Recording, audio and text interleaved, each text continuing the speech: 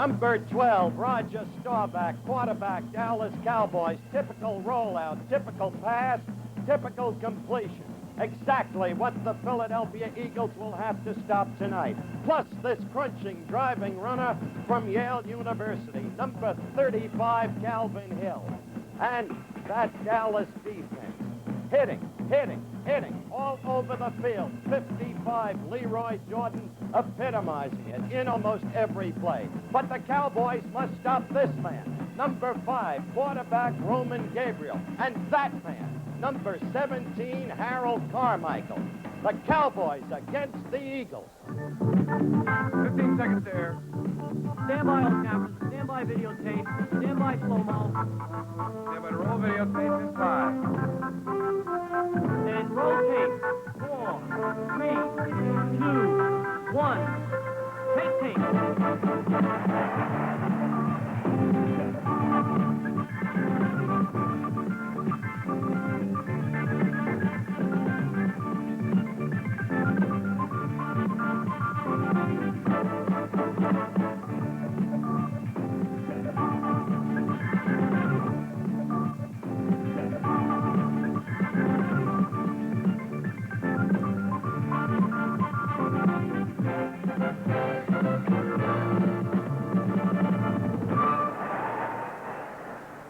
On the first day of autumn 1974, it's a beautiful night in Philadelphia, Pennsylvania for football, the temperature in the mid-50s.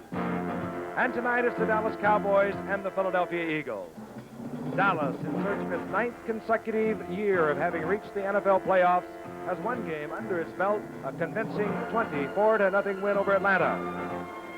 Philadelphia, meanwhile, was upset last week by the St. Louis Cardinals. And another loss tonight would dampen considerably the optimism that has swept this city following last season. And ABC's NFL Monday Night Football is brought to you by Lincoln Mercury, who invites you to see all their new 75s, including the new precision-size Monarch, Friday, September the 27th, the day of the cat. And by Gillette, makers of the Gillette Track 2 two-bladed shaving system. It's the closest thing to a perfect shave.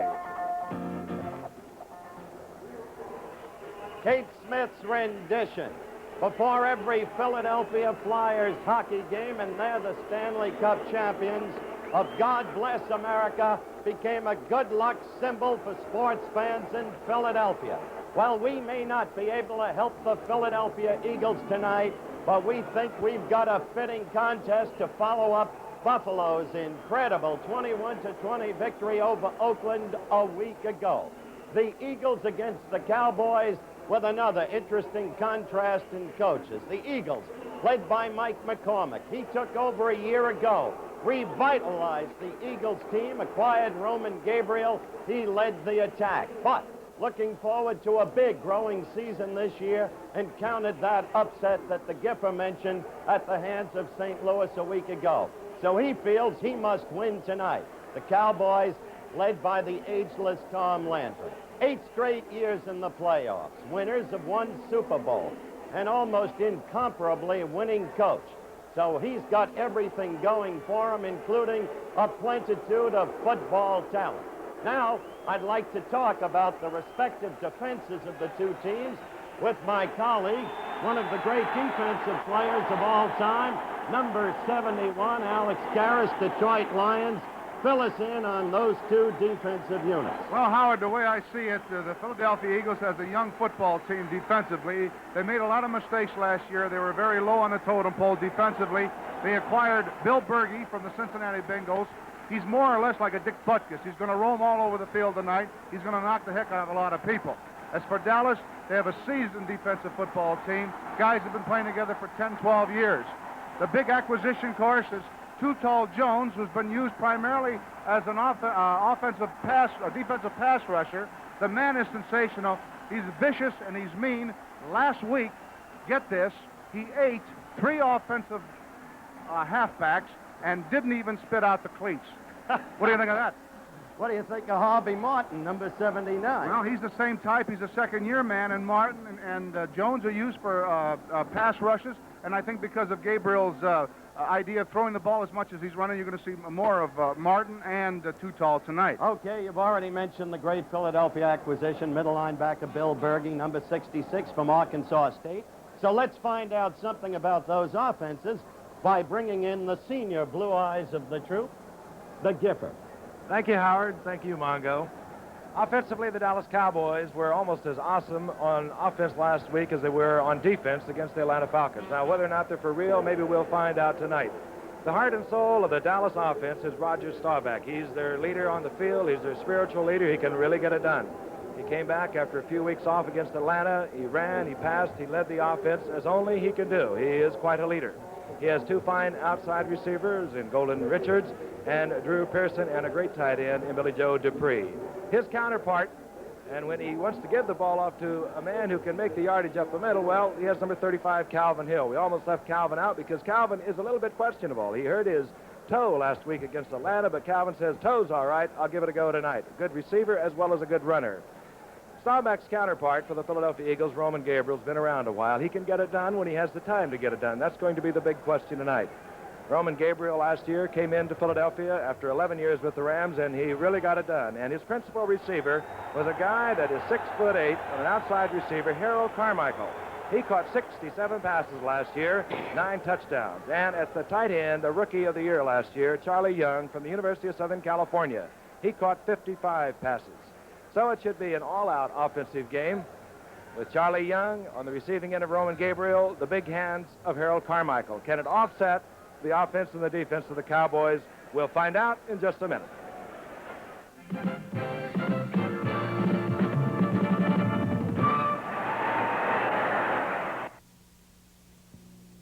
I'm Walt Garrison. And you know there's times when a guy just can't smoke. And that's when I'm glad I've got Skoal. It's smokeless tobacco. Gives you real tobacco pleasure, but you don't light up. You just take a pinch and put it between your cheek and gum. And it sure feels relaxing in there. And man, I need something to help me relax.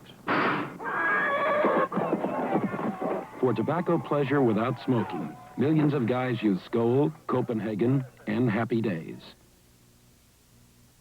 The Britannic, one of the last great ocean liners. On board, 1,200 people and 7 bombs. Juggernaut, the greatest sea adventure of all time, has just begun. All passengers stand by lifeboats. Richard Harris, Omar Sharif. Juggernaut. Rated PG. Coming soon to a theater near you.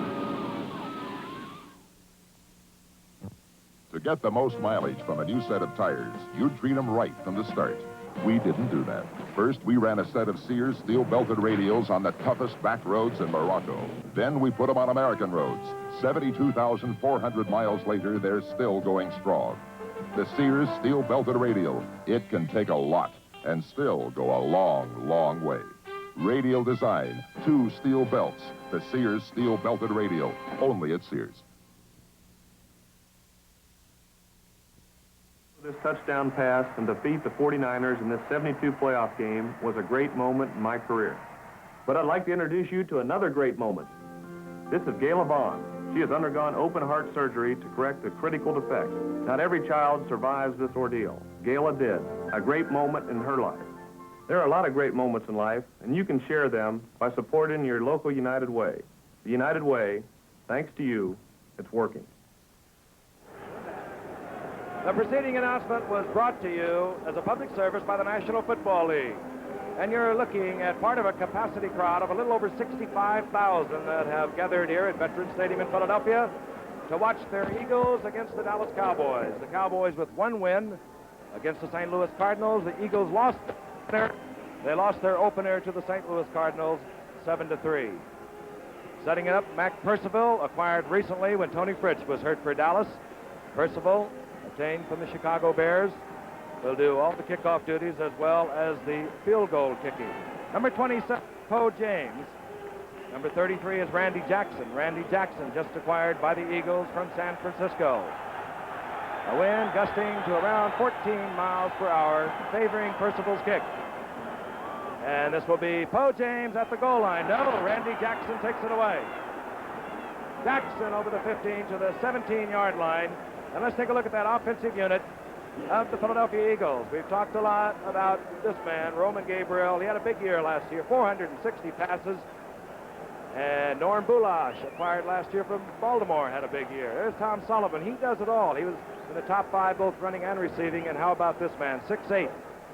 And Don Zimmerman will be on the other wide receiver, and the former All-American Charles Young in his second year at the tight end position. So set to get underway here at Veterans Stadium in Philadelphia. The Eagles, 1st and 10. We're just underway. The ball at the 17-yard line.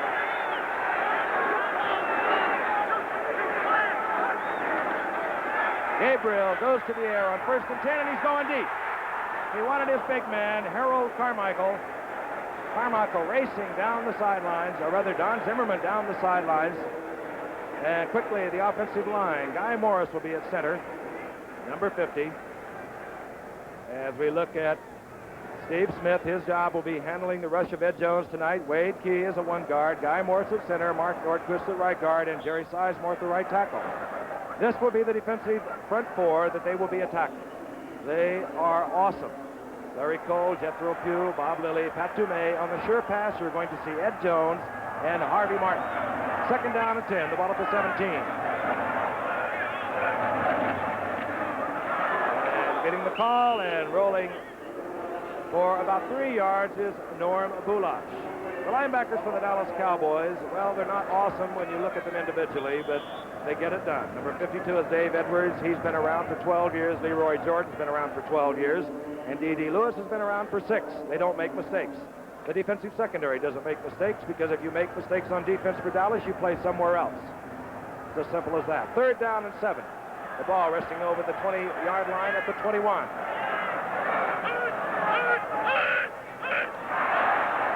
And it looked as if the Cowboys were drawn off sides as Harold Carmichael is wide open. Carmichael beat Renfro and D.D. Lewis at midfield.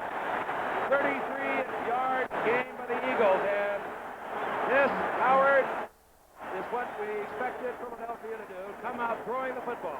Exactly so. As we look at the replay, Alex and I had breakfast this morning with one of the Eagles coaches, Johnny Idzik, and Alex, tell them exactly how Idzik described they were going to go deep in a hurry. Well, that's exactly what they said, and the reason they said that is because primarily they throw short passes. They said they're going to go a little longer tonight and really mess up the secondary of the Dallas Cowboys. Carmichael beating Renfro on that play. You saw him turn Renfro completely around. The ball is at the 48 now with the Cowboys. Gabriel again goes to the air and goes out to Don Zimmerman, incomplete. Covered out there by Charlie Waters. Frank, if I may, as Charlie Waters, number 41, was covering Don Zimmerman, the other point I wanted to make, Alex, was what Idzik told us about watching number 34, Cornell Green, the strong safety. Roman Gabriel will throw long depending upon where Cornell Green lines up in the defensive alignment, right? That's right. If he isn't playing center field, then it's a different story as far as they're concerned. 2nd down and 10. The ball resting at the 48-yard line, just inside the 48, and we're just underway from Philadelphia, no score. Getting the call is Norm Bulash. He pounds the left side behind the blocks of Steve Smith and Wade Key and picks up about 3 yards. Norm Bulash, he put a little life into the offense of the Philadelphia Eagles last year when he came in and gained 436 yards. He has a problem, though. He's been having a little dizzy feelings for the past few weeks, and he was a little questionable coming into tonight's game, but apparently he's been given the okay. Ball at the 45-yard line. 3rd down, the sure pass situation.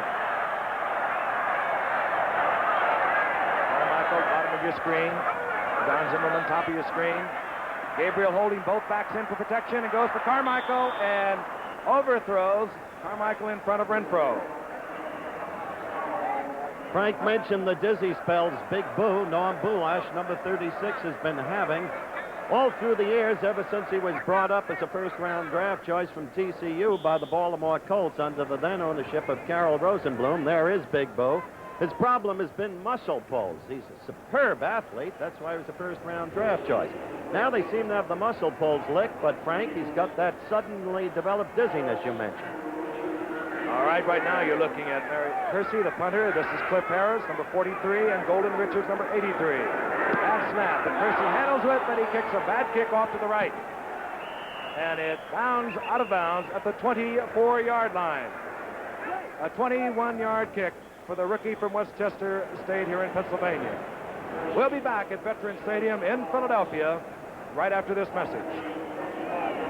Friday is the day of the cat, the day of a new Monarch at your Lincoln Mercury dealer. Mercury Monarch 75, America's new precision-sized luxury car. Monarch ES 256 is engineered for 18 to 26 miles per gallon under highway conditions, 14 to 18 under city conditions. Designed with functional luxury, this two-door sticker price, including optional white walls, starts under $3,800. Destination charges, dealer prep, title, and taxes extra. See the new precision-sized Monarch. Dallas, 1st and 10. They move from their own 24-yard line. Toss goes to big Calvin Hill. Calvin Hill running over tacklers out to the 33-yard line, a pickup of 9 yards. Offensively for the Dallas Cowboys, again, their quarterback is Roger Staubach. We talked about him at the top of the show. Roger Staubach, who gets it all done. Last year, 23 touchdown passes for Roger.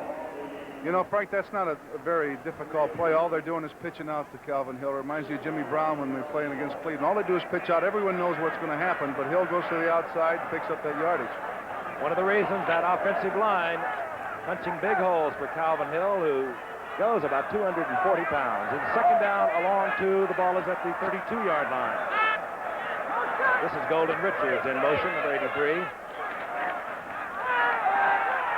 Staubach going to his tight end, Billy Joe Dupree, and overthrown as Billy Joe Dupree was picked up and covered nicely by number 28, Bill Bradley. Defensively, the front four for the Philadelphia Eagles. Jerry Patton, Joe Jones, Joe Tokey Jones, just acquired from Cleveland, and Will Wynn. Bill Dunston, however, did not start tonight. He was replaced by the Eagles' 3rd-round draft pick this year, and believe me, that was the first one they had because they'd given up their first two, Mitch Sutton. So Mitch Sutton is in there at defensive left tackle. 3rd down, 2 yards for the Dallas Cowboys. No score in the game. The ball just short of the 33-yard line. Now the 2 tight ends are in. 84 is Fugit, 89 is Billy Joe Dupree for the Cowboys. Now the stacked backfield. Motion now is Drew Pearson, and Roger wants a bunch of it as he goes to the air. Calvin Hill does not hold on. And Calvin Hill appears to be hurt again. He's holding that left ankle. Whether or not it was a toe, we don't know, but he's down, hit there by Randy Logan, the safety man for the Eagles. It'll be 4th down. Susceptibility to injury, of course, has always been Calvin's major problem ever since he came into the National Football League. A superbly versatile athlete, could be equally gifted at the tight end position, as I've mentioned in past years. Indeed, always really wanted to play there. You see him limping off. Be interesting to see if he comes back in high fettle or if he spends some time on the bench and Newhouse comes in. All right, now we're looking at Marv Bateman on 4th down. He'll be punting to Bill Bradley, a dangerous punt return man for the Eagles, but Bateman really ripples one. This is Bradley at his own 25, and he goes down immediately.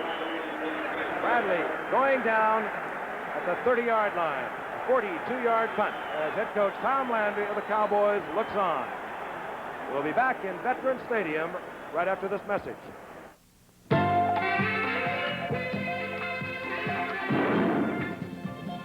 Now comes Miller time. Suddenly you're the 3 best sailors on the water. And that calls for a round of the best tasting beer you can find. Miller High Life, America's quality beer since 1855. If you've got the time, we've got the beer. Miller Beer.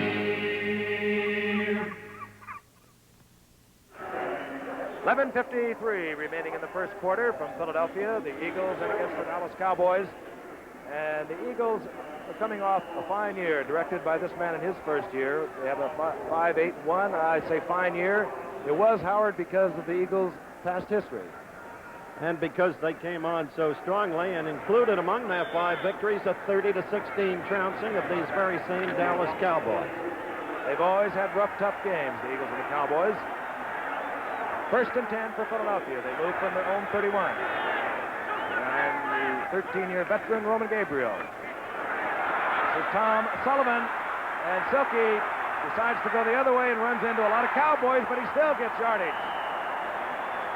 Tom Sullivan picking up 8 yards out to the 37-yard line. Alex Karras, Tom Sullivan is another evidence of how you can find a gem low in the draft. Let's look at him again.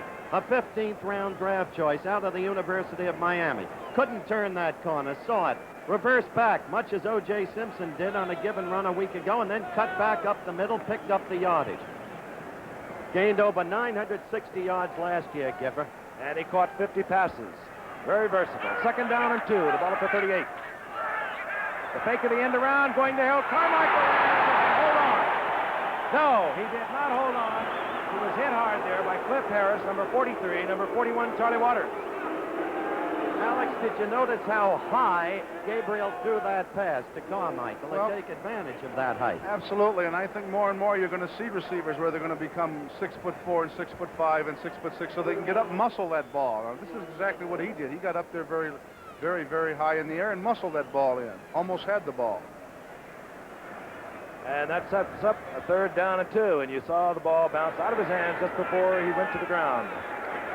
3rd down, we'll call it a long 2. It's not a good running down against the Dallas Cowboys defense. They major in stopping this kind of play on the run. And Sullivan gets the call, but he did not get the yardage. It would not appear so. That's Calvin Hill's toe that you're looking at. He apparently re-injured it. We're waiting for word as to how quickly, if at all, he'll get back into the contest. Calvin Hill could do so much for the Dallas Cowboys, and he will be missed if he cannot return to the game. They never did that to him in the Harvard games, Frank. Merritt Kersey ended the punting. Free agent, made this team in the Philadelphia Eagles tryout camp. This is Cliff Harris, 43, Golden Richards, 83. Kersey this time with a better kick. And this is Golden Richards.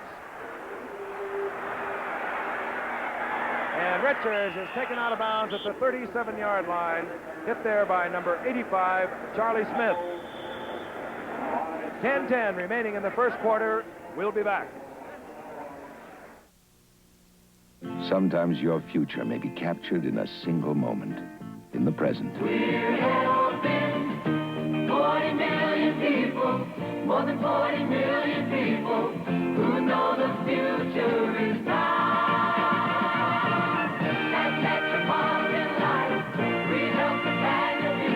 At Metropolitan Life, we've spent over a century helping people prepare for the future. Metropolitan Life, where the future is now. The colors in the XL100 are really alive. These TV cameramen rate RCA XL100 solid-state color TVs. I like the realistic color on the RCA XL100, like the blue of the Dodger baseball caps against a green background. The color on the RCA XL100 really jumps out at you. More senior TV cameramen own RCA than any other color TV. The color in the XL100 makes you feel like you're right down here on the field. RCA XL100. Don't settle for less. Leroy Jordan, middle linebacker out of Alabama. Been around forever, so it seems, yet with his guile, his experience, and his still continuing speed. I don't know of anybody who reads better than that man, Alex, and I don't know of anybody who's more where the ball is at than that man.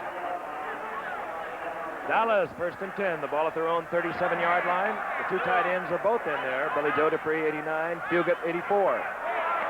And, well, Philadelphia jumped off sides, but were they drawn off? That will be the debate.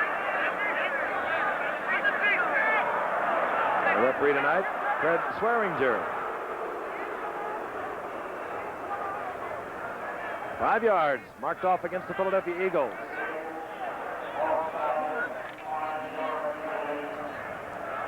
Mike McCormick of the Philadelphia Eagles, great player in his time at the Cleveland Browns, has done a fine job here in Philadelphia. 1st and 5, the ball is at the 42-yard line of the Cowboys. Robert Newhouse. And Newhouse up close will be about very close to the 1st down, and I believe he does have it. You know, Howard, this what really gets me is these doggone punters. Now, watch this here. Here's the snap. He's going to kick it. Here goes Percy's kick. There's no one around him, and watch this act. Oh, he fell on his little pompey. Well, he made the team as a punter, Alex. First and 10 for Dallas. They're at their own 48-yard line. The two tight ends remain, Fugit and Billy Joe Dupree. Golden Richards, as the handoff goes to Walt Garrison. Garrison goes down right at the line of scrimmage. Hit there by Jerry Patton. Jerry Patton, of course, an acquisition not too long ago from the Buffalo Bills. You're going to be seeing a lot of Bobby Newhouse for the Cowboys this year, even if Calvin Hill is healthy, because Calvin is one of 8 defectors to the World Football League. And Tom Landry is not one to stand idly by and let his team languish. Newhouse can get you a lot of valuable yardage. He's a swift Don Nottingham, really. There's Calvin's foot. Oh, that poor toe. Second down now, about 9.5 yards, as Newhouse lost a half a yard. Roger with the screen out on the flat. It goes to Drew Pearson. And Pearson down the left sidelines, but he'll be short of the first down. Taken out of bounds there by John Outlaw, number 20. What a find he was a year ago, Giff. Remember Alex Karras? Drew Pearson, free agent out of Tulsa. Nobody knew much, if anything, about him. And then in the playoffs against the Los Angeles Rams, made perhaps the key play of the season for the Cowboys. The Rams won't forget it. Perhaps later in the show, we'll get a look at that play just to revivify the memories of the fans.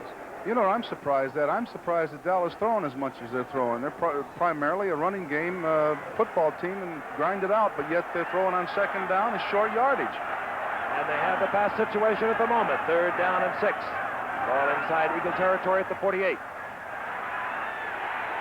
Looking for Golden Richards, and he overthrows. Richards on the turn-in, picked up well by number 20 Outlaw and Bill Bradley, the free safety. And Roger had to put it over Richards' head. I'll tell you, I'm very impressed, Frank, with Golden Richards. I think he's going to be a fine football player. He's a good-looking guy. He's a very tall guy, something like you, you know. I mean, he and you, I think, are the only guys I know that can look good in cheap clothes, Frank.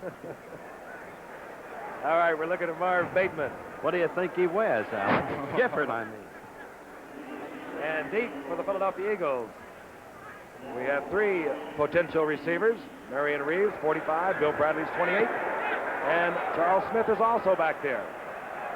Bateman going for the corner. Oh, and he may have caught it on the 1-yard line. Indeed he did. Unbelievable. What a marvelous kick. And you know, he was doing that in practice. I watched him. He put maybe a half a dozen of them out inside the 5. What was that statement he made, Gifford? Coach Landry wants me to kick shorter, but out. And that was a little bit of both. That was 47 yards out of bounds at the 1-yard line by Marv Bateman. Well, I'll tell you one thing. I bet you Roman puts it in the air. He doesn't care where he is on the football field, much like Johnny Unitas. And he will probably put it in the air quickly if indeed he does, Alex, because he is going to get a rush. It's an opportunity for linemen to get points. 1st and 10 from his own 1.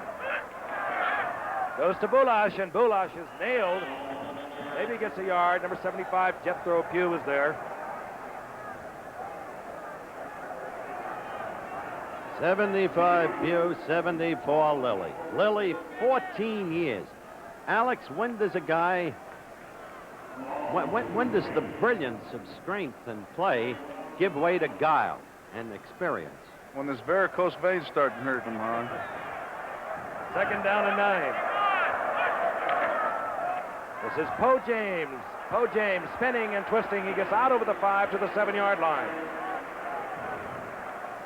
Hit there by Pat Toomey. Let's take a look at that front 4. Against the run, the respective ends are 63 Larry Cole, 67 Pat Toomey, who is a future defector to the World Football League, 75 Jethro Pugh, who is likewise, and of course the incomparable Bob Lilly, 74. Giffer? 3rd down and 4. The ball at the 7. Tough down for Gabriel. Roman with the crowd back there, and a flag flies. Tom Sullivan. Remember, there's a flag down in the end zone. There's a holding penalty, Frank.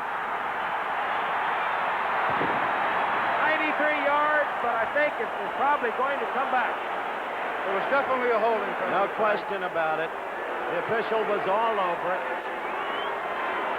But it was exciting for the fans who shot off their Roman candles and now give vent to their vocal displeasure. And Mike McCormick. That could have been a record for the year that was just erased. 93 yards for a touchdown. It's coming all the way back. That guy, sorry, Giff, that guy was standing next to Mike McCormick is as good an assistant coach as you'd want to have around. John Sandusky, long-term man with the Baltimore Colts. Gabriel's not happy about the state of affairs. There it is. Holding, and the call goes against Jerry Sizemore, the offensive right tackle. Sizemore having problems with Larry Cole, was detected holding. Well, Larry Cole beat him inside that time, Frank, and he had to do something, so he tried to snatch him up, and the referee was right there. All right, 3rd down and 7. 6:59 remaining in the first quarter.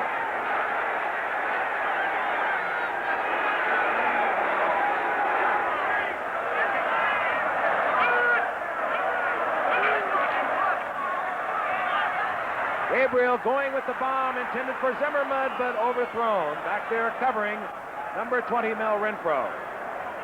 You know, and that sets up an interesting situation because, Alex, Philadelphia will not be able to kick from a spread punt. They are going to be kicking from their own 3-yard line, and that means they're going to have to be extra careful, offering all kinds of possibilities for a punt return. I'm really surprised also that the fact that Roman Gabriel is throwing so many bombs. I didn't figure him throwing so many tonight, and yet he's come out throwing the long ones. He usually is controlled using 6- and 7-yard pass patterns. A lot of pressure for a free agent rookie from Westchester State College as he kicks from his own end zone. And he'll feel a lot of pressure. Deep are Harris and Richards. And he kicks a fine kick that Richards must fair catch at his own 38-yard line. A 33-yard punt. Couldn't ask for a whole lot more. You really want to avoid the run back. Let's cut back to memory as the Dallas offensive unit comes back on the field. Roger Staubach hitting Drew Pearson, the free agent from Tulsa, on a touchdown play. Now let's look at this next play. Remember this one? Deep in his own territory. 3rd down, long yardage. Drew Pearson double covered by Eddie McMillan and Steve Priest, but unaccountably Steve Priest kept his hands at his sides. That's how Dallas beat Los Angeles. And the pitch out on 1st and 10 goes to Robert Newhouse. Newhouse hit at the line of scrimmage, but squirms loose and dropped the ball, but had it been blown dead. Robert Newhouse, in his 3rd year out of the University of Houston, filling in for Calvin Hill, who was shaken up in the opening minutes of the game. And now Newhouse is hurt. Newhouse is down. Frank, we were talking about the Philadelphia defensive football team being inexperienced and not really playing an awful lot together. With the addition of Berge, what they're really trying to do now is to give Berge a lot of room to run. So what they're trying to do is get their defensive tackles to jam the middle so Berge can roam. And if they can do that, last week they weren't that successful. If they can do that, they can really stop the Dallas running game, and they're starting to do it now. All right, Robert Newhouse obviously shaken up. And I must say, in fairness to Bill Berge, who is a truly great football player. Well, let's take another look at Newhouse getting hurt here, and then I'll resume with Berge. Wasn't that a face mask there, Alex? Yeah, but that doesn't count, Howard. Not if you're a defensive ball player. Berge couldn't get the kind of range that you talked about a moment ago, Alex, last week, because he got a knee cracked up in the early going of the game against St. Louis. That really delimited his mobility for the occasion, but he's fine tonight. Absolutely is. Number 66, Bill Berge. He's one of the most intense ball players I've ever seen play. A man can be hurt. He can be coming off the field yelling, "I'm hurt," but where? You know, he's fascinating. It seems to me you made a good point earlier when you talked about surprise at Dallas throwing so much, because they should run against this untested defensive Philadelphia line, especially with the rookie Mitch Sutton in there. They're sure not testing them right now. All right, replacing Robert Newhouse is number 21. He's a rookie, Doug Dennison. And He's initiated immediately and nailed by Berge. And he picks up about 4 yards, gets inside the 30. Doug Dennison, 6'1", 195 pounds. He's a rookie from Cutston State in Pennsylvania. Okay, here's Berge right now. Now, as you see, the tackles have jammed up in the middle pretty good. Although the center takes a good look at him, Berge gets off the center and knocks down. Does a pretty good job in there that time. He's a good-looking guy. Should get some commercials, Howard. Should. 3rd down and 3. The ball just at the 30-yard line.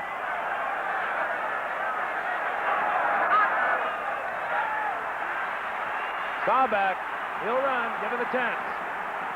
He has the first down. He's inside the 25 at the 27. Nailed there finally by Will Wynn and John Outlaw. Wynn 71, Outlaw 20. Frank, I think Berge ran right past him that time. I don't think anyone touched him, but he just ran right past him. Let's see if we can get this. Here's Berge starting to drop back for the pass, going back into his position, watching for the hook pass.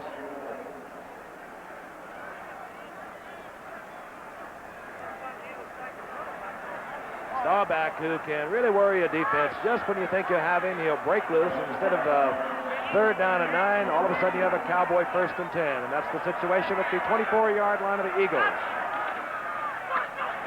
Here comes Dennison again over the right side. And this time Dennison goes down after a gain of about 1. Berge again there along with Will Wynn.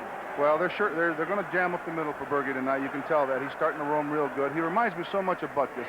He's the type of guy that can dominate a defense and really shore up that defense. His acquisition cost the Eagles 2 first-round draft choices. The Eagles don't even have a first-round draft choice until, what is it, Gift? 78? Yes, 75, 76, 77, 79. 79. Well, he's a former New Yorker, and he wants to play in the East. 2nd down and 9. Ball at the 23. No score, a little over 4 minutes remaining in the first quarter. Now here comes Walt Garrison, and Garrison finds a big hole, and he's down to the 15, just inside the 15, and hit there finally by Steve Zabel. Walt Garrison, the man who is always there when you need him, rides on as a professional bull rider, bulldogger, all season on the rodeo. Steve Zabel was a first-round draft choice the same year as his Oklahoma teammate, Steve Owens, who went with Detroit, of course. Owens was in the drafting room, and when queried by all of us in the room, he said, well, I'm happy that I was picked, but Zabel's a better play. 3rd down and 1. A little less than 1, as you can see. The stacked backfield for the Dallas Cowboys. That's Drew Pearson, the receiver, motioning to the left. Getting the call is Dennison. He has the first down, but a flag flies. Flag goes down, and it could be the Cowboys have taken too much time. That's the call. So it's going to be 3rd down and 6. Carmichael on the sideline says, let's get him, gang. Carmichael, he must be 6'8", 6'9", isn't he? 6'8", out of Southern U. You know, in 72, Carmichael caught 20 passes. Gabriel came last year. He caught 67. And that's what a good passer means to a good receiver, and this is a fine receiver. 3rd down and 6. Ball resting right at the 20-yard line.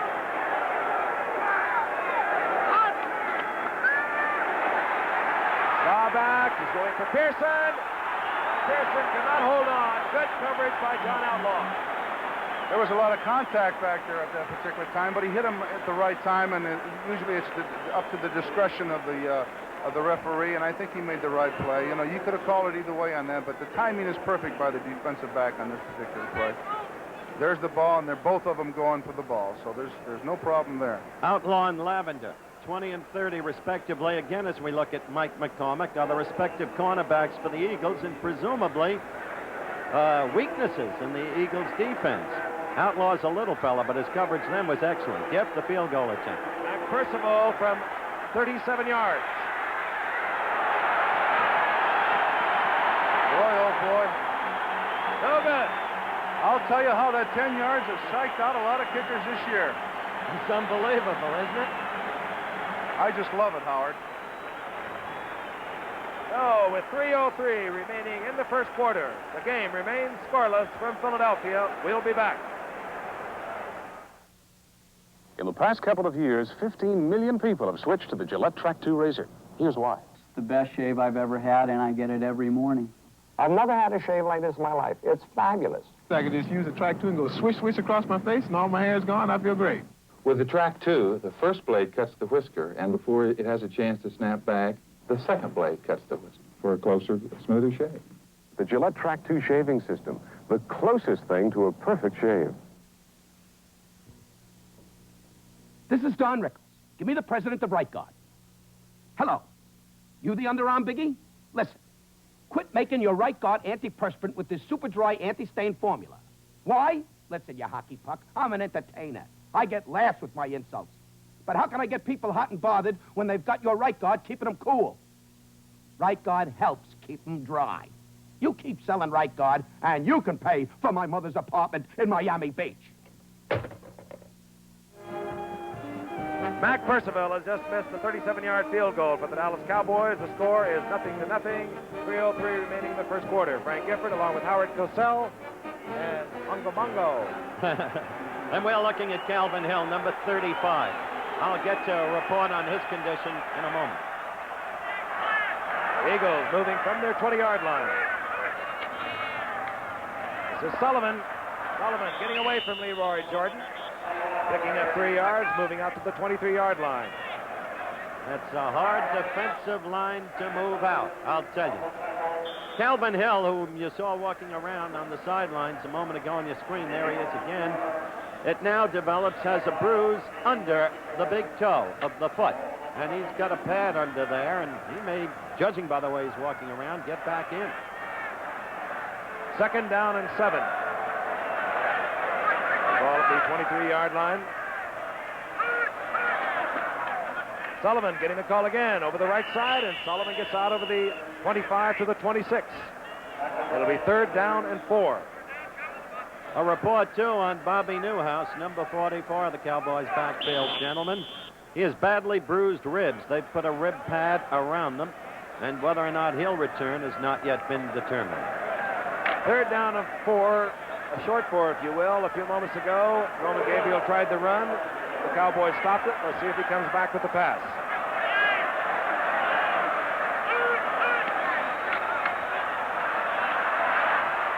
Gabriel with plenty of time, but good coverage prevents him from getting it away. And he's really nailed hard by number 50, D.D. Lewis, short of the 1st down.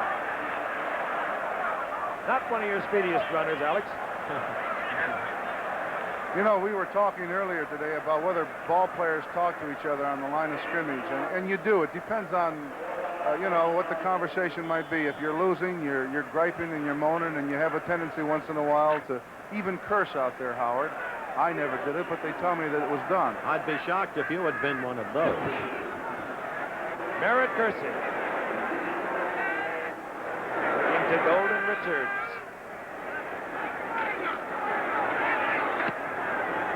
Kersey with a good high boot. And Mel Renfro, well, I don't believe he called for the fair catch. Mel hasn't been working back there. He just took the ball without the fair catch and was hit hard by Marion Reeves. Regional college football comes up this Saturday. ABC will bring you more NCAA college football from around the country. Texas will be meeting Texas Tech. That's going to be a big one down the Southwest Conference. Washington State, the Pac-8, will take on Illinois. Last year's Atlantic Coast Conference runner-up Maryland will be hosting the Tar Heels of North Carolina. And it'll be Holy Cross meeting Harvard. Check your local listings for the game in your area. Robert Newhouse has come back into the game for the Cowboys. But this is Walt Garrison, and Garrison is nailed at the line of scrimmage. Hit there by Patton, 77, and Berge, 66. Well, that's what they needed. They needed a middle linebacker, and they went out and got Berge, and I'm sure he's happy where he is, and he's doing one fine job tonight. You know, I was kidding you a little bit about what happens on the line, but when you have a rookie next to you, I think once in a while you do tell him, look, kid, I think this time you better start to think about rushing the passer or watch that inside rush, and you do talk back and forth like that. 2nd down and 9. The ball is at 37-yard line of the Dallas Cowboys. Clock ticking away here in the first quarter, no score. Newhouse with a big hole. 1st down and more. Newhouse inside the 40 of the Philadelphia Eagles, taken out of bounds at the 39-yard line by Randy Logan. Bruised ribs and all, he got back in there in a hurry, and it didn't impair his running ability a bit. You know, you mentioned our college football schedule, regionals this weekend, Frank. That Texas Tech game, even though it's early in the season, has enormous meaning in the wake of Arkansas's upset loss to the Cowboys of Oklahoma State 26-7 last weekend. And actually, the winner could actually be the team to go to the Cotton Bowl. Both teams very strong yet. All right, 1st and 10 for Dallas. 23-yard gain by Newhouse. Stauback floods both. Oh, and it's picked off. Picked off by Jerry Patton, I believe. The pass intended for his tight end, Billy Joe Dupree. But Jerry Patton, dropping off the line of scrimmage, for whatever reason, I don't know, from defensive tackle, came up with the football. Well, now the Eagles have field position. They've been waiting a long time for this with the quarter about to run out. You know, the only thing I can think of, Frank, of a defensive tackle not rushing the passer is I think that he thought it was a screen to his side and reacted to the right side, and there was the ball. Yeah, I would have never done that, though. He reacted beautifully because the Eagles have stopped the Cowboy drive. 1st and 10 from their own 41. Here comes Norm Bulash over the right side and hit there by a whole bunch of Cowboys. Toumé's there, Lily's there, Jordan is there as the gun sounds, ending the first quarter. There's no question that there was a blitz on. He tried to throw the ball, and he did think it was a screen and got out there, and that's the interception right there. I bet he's a very happy guy right now. He can't run with the darn, but who could when they're playing defensive tackle? Well, I saw you pick off some. Scoreless after the first quarter. We'll be back right after this. Scoreless after the first quarter. We'll be back right after this.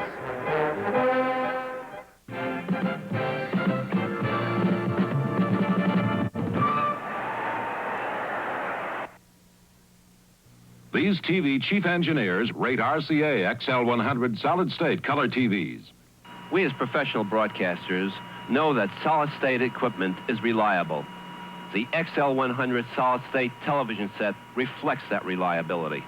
More TV chief engineers own RCA than any other color TV. We use the solid-state XL100 at the station for great reliability, bright picture, and low maintenance. RCA XL100. Don't settle for less. Hey, Stan, you really think I ought to make stocks part of my family financial planning? You buy a house, put some money in the bank, buy life insurance, invest in stocks you know something about. You're building for the future. There's risk, but long-term, our economy will grow, and millions of investors will share in this growth. The New York Stock Exchange. Give yourself a chance to grow with America. A very delighted Jerry Patton and Alex Karras. How many interceptions did you have in your career? I had about 6, and I gained about 2 inches. Quick-feeted Alex Karras. Everybody remembers him that way. 2nd down and 8. The ball is at the 44-yard line of the Philadelphia Eagles. First quarter, scoreless. On the draw play goes to Bulash, and Bulash finds a hole over the left side. Lose for 5 yards out to the 49-yard line. October the 13th, Madison Square Garden. Not a heavyweight fight, not a hockey game, not a basketball game, but it will be called the main event. It'll be Frank Sinatra live from Madison Square Garden. That's the real Blue Eyes, Howard. That's the real Blue Eyes. Does it his way. The best there is at what he does for so many years, it's almost impossible to conjure with. Live over ABC. 3rd down and 3. The ball at the 49. Cowboy in offsides and a lead back, and Norm Bulash tries to turn the corner, just gets back to the line of scrimmage. Well, let's look at those first quarter stats. You see that they favor Dallas, but in total yards, Philadelphia leads. It's in yards rushing that the edge goes to the Cowboys. They're equal in possession, really, 15 offensive plays against 16.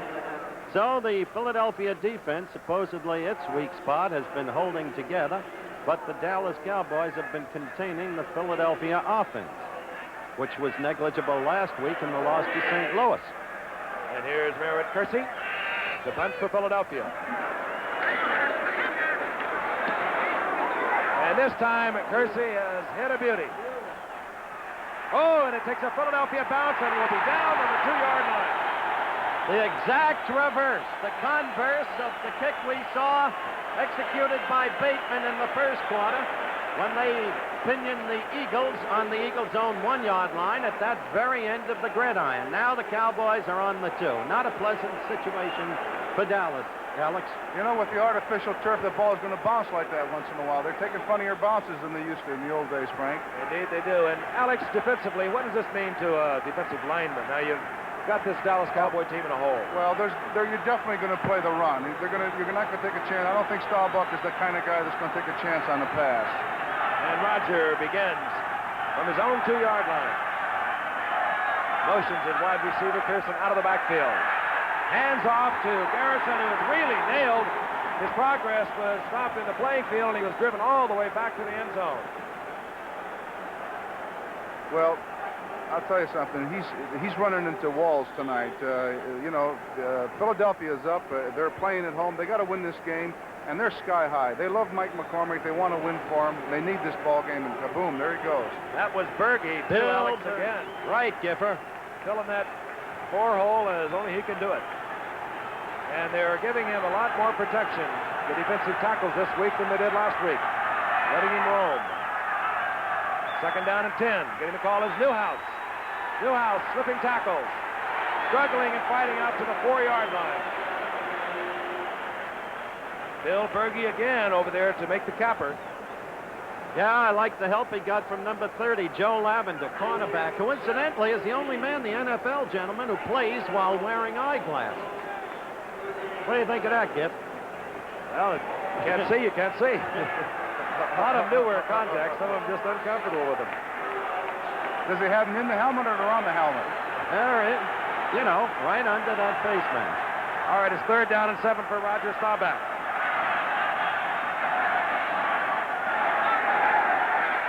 Staubach from his own end zone, going out to Drew Pearson. And 65,000 Eagle fans like what they see. Good job of coverage by Lavender. Staubach had to throw it away. Roger now 0 for 6. After a big weekend last week against Atlanta, 13 of 27, 252 yards. But tonight, he's 0 for 6. Now the pressure's on Marv Bateman. He'll be punting from his own end zone.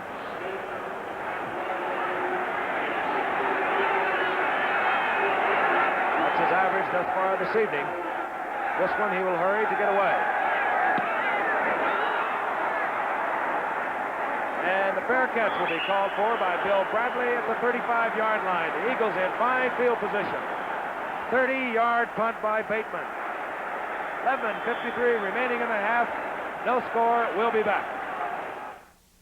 One of these batteries looks like no battery you've ever seen. It's a revolutionary new development from J.C. Penney. There are no filler caps. You never have to add water. It's the most powerful battery ever built for a passenger car.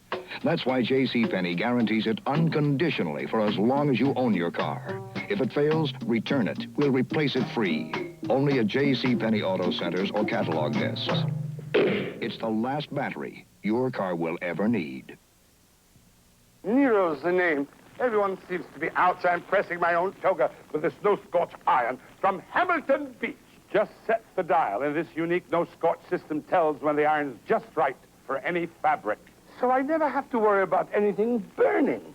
It ends guesswork. It's self-cleaning, too, through the back, so the bottom's not...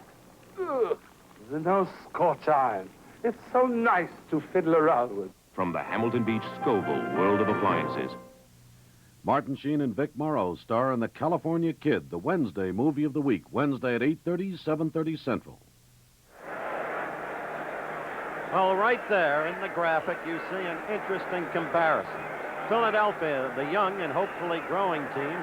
Dallas, the experienced team that knows what to do and how to do it with 10 players with 10 or more years experience. Their problem, to ascertain exactly when they're getting too old to do the job and to be rebuilding in the background. Philadelphia right now with a big break following the 30-yard punt by Marv Bateman. 1st and 10 from their own 35. Gabriel's looking for Carmichael.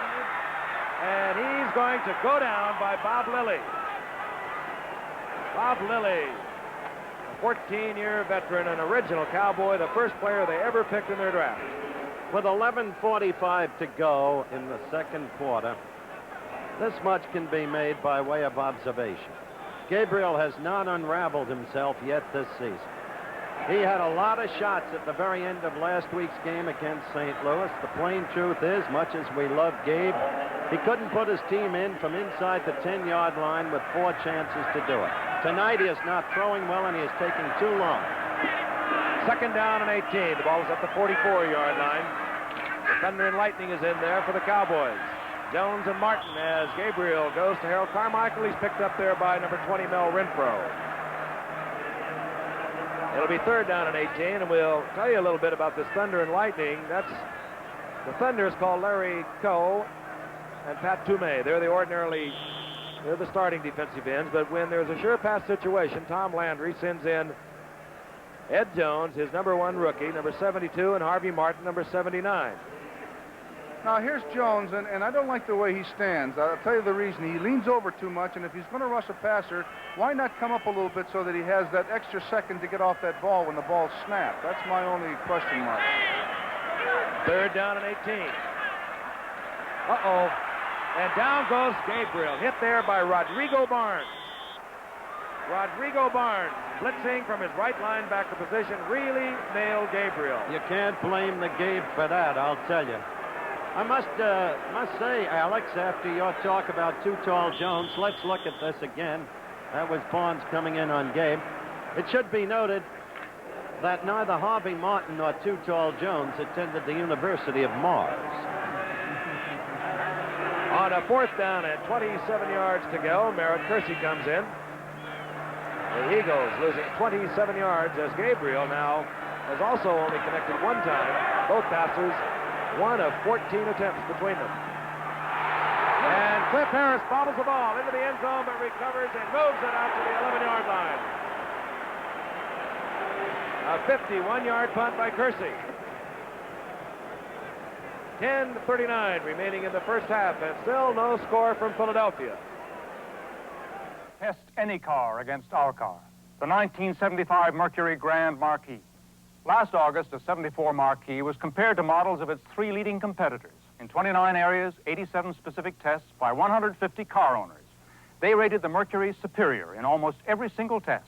They compared riding comfort, quietness, and rated the Marquis superior. They tested handling ease, cornering ability, and found the Marquis superior. They compared quality and solidness like this. Watch the seats as I slam the door. Virtually no wobble in the Mercury. In every measure of quality tested, they rated the Marquis superior. And 122 out of 150 rated the Marquis superior overall. Now you do the testing. See your Mercury dealer for complete details. He'll give you all the help you need. Test any car against our 75 Mercury Marquis. At the sign of the cat. Well, the sign says Roger scrambles, Roman gambles, and Howard rambles. Let me ramble about those 2 men. Tonight, they've been paragons of inefficiency. Between the 2 of them, up to this point, they have completed 1 out of 13 passes. First and 10 for Dallas. Newhouse and Garrison setbacks now for Roger Staubach. Newhouse. Newhouse gets 4 yards, moving out to the 14-yard line. This program is being brought to you as a special exclusive of ABC Sports. Right now, let's pause 5 seconds to allow our local stations to identify themselves.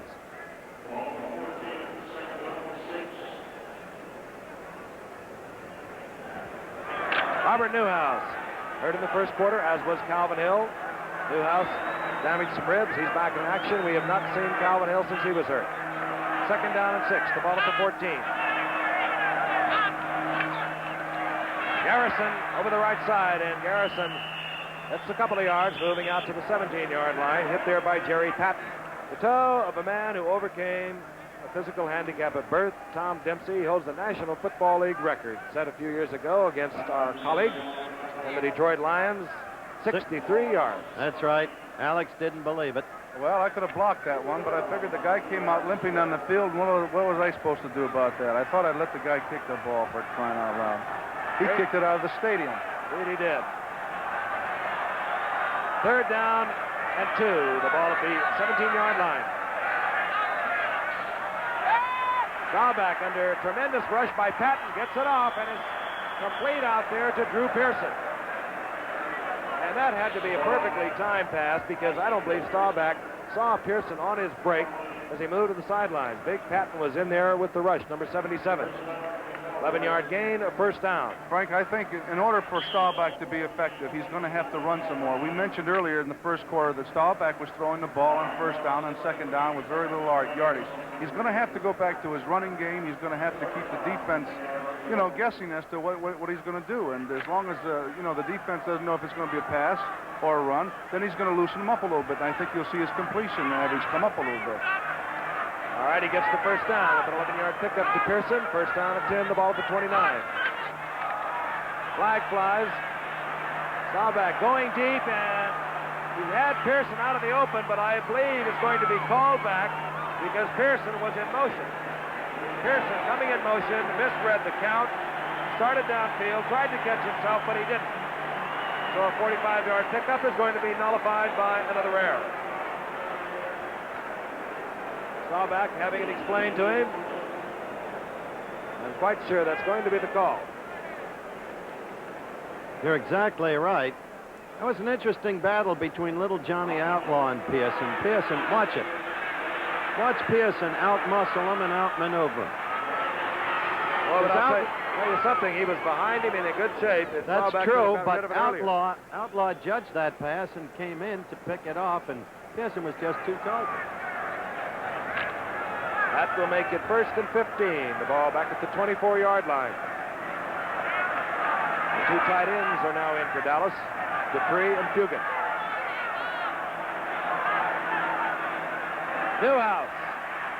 Newhouse running away from his blockers and picking up yardage, getting very close to the first down, out to the 37-yard line. He will be short, however. Steve Zabel moved over to make the stop for Philadelphia. Boy, this little guy has shown some kind of guts, Alex. He was shaken up. I thought he was seriously injured, and he's back in the ball game and producing. Well, I've been impressed with Newhouse. He's carried six times for 50 yards already tonight, and he's doing a good job. He's a good football player, and Calvin Hill's great, but Newhouse is just as good as far as I'm concerned. All right, it's second down and 3. Frank Gifford along with Howard Cosell. Alex Karras, no score. We're halfway through the second quarter from Philadelphia's Veterans Stadium. The Cowboys and the Eagles. Pearson motions to the right. Staubach going out with his little screen to Robert Newhouse, who saw the big tackle, Rayfield right out in front of it. That's what the attempt was, incomplete.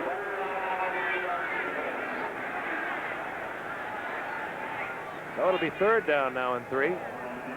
You know, sometimes, Frank, when you see the ball go astray like that, you say, well, the guy is really not throwing real well. I think that he saw the defensive back come up. He knew he was going to take a big loss if he caught the ball, so he deliberately threw it out of bounds, and it happens once in a while like that. I think you're right, and sometimes the unpracticed eye will read something entirely different into it, and actually maybe save an interception or a loss. Rodgers' situation now at third down and 3. The ball at the 31. Newhouse gets the call. He'll get the first down. And the little man, 5'10", 205 pounds, saw the opening, slithered through, stopped by Jerry Patton, but he gets the first down at the 41.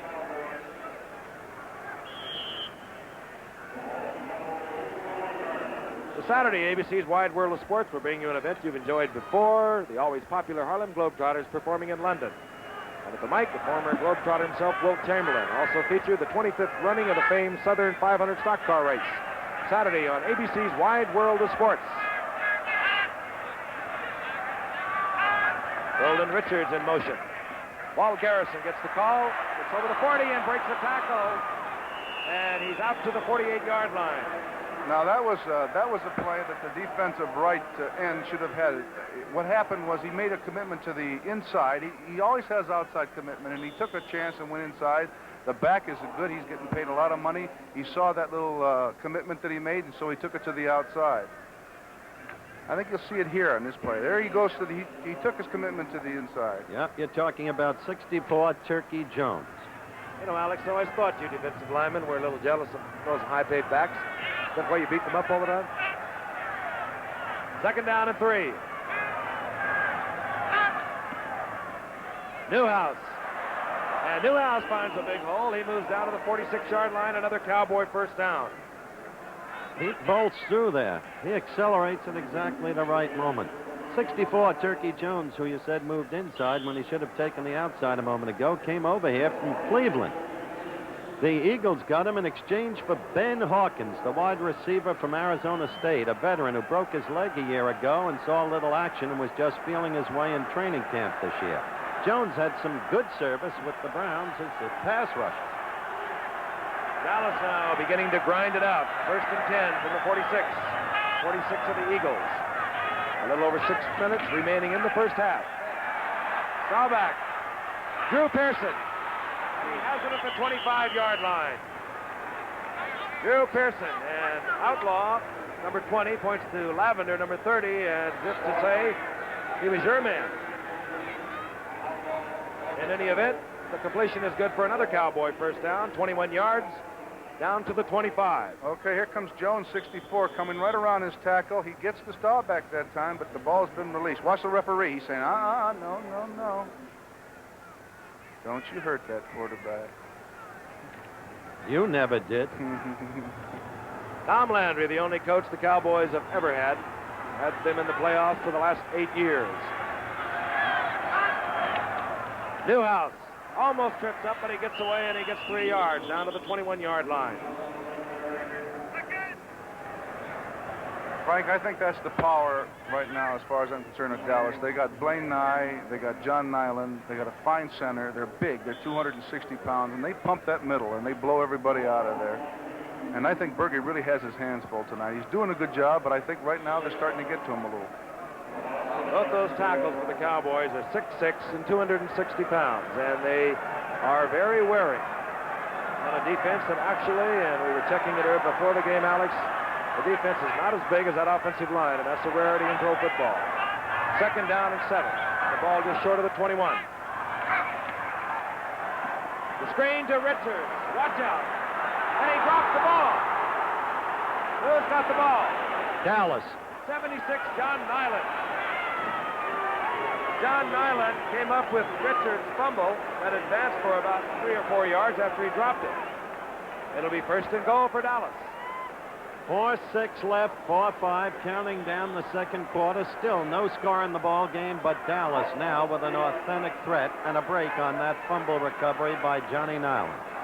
Johnny Nyland out of the University of Iowa, incidentally, Howard. He's the 2nd best football player that ever came out of there. The best, of course, was the young man who left college because he was too fat, but his mother said, go back, take off weight, and become a man. That was Alex Karras. Dallas 1st and goal. They're on the 3-yard line of the Philadelphia Eagles.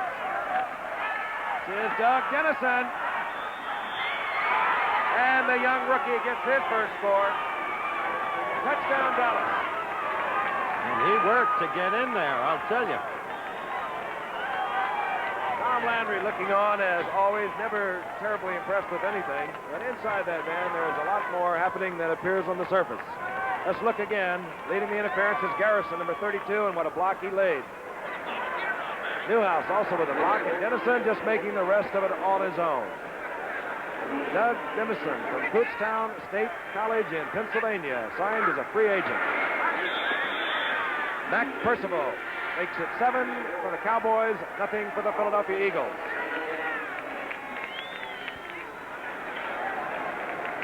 A very happy Robert Newhouse with a fine block for Doug Dennison. We'll be back right after this message.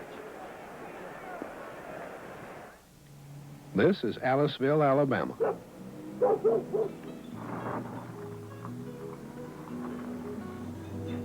You'd think cotton is about all you can grow in hot country like this. But Lamar Cantalou, Weyerhaeuser Forester, is one man who knows better. His whole life is wrapped up in trees, growing on 472,000 acres in the south. The Aliceville Nursery is part of his job, where 18 million loblolly pine seedlings are grown each year. They'll become the third-generation forest. Fast growers that'll be as tall as Lamar in just 3 years. Lamar Cantalou, one of the great foresters of the South. Living proof that if someone really cares, our managed forests can go on forever. Weyerhaeuser, the tree-growing company.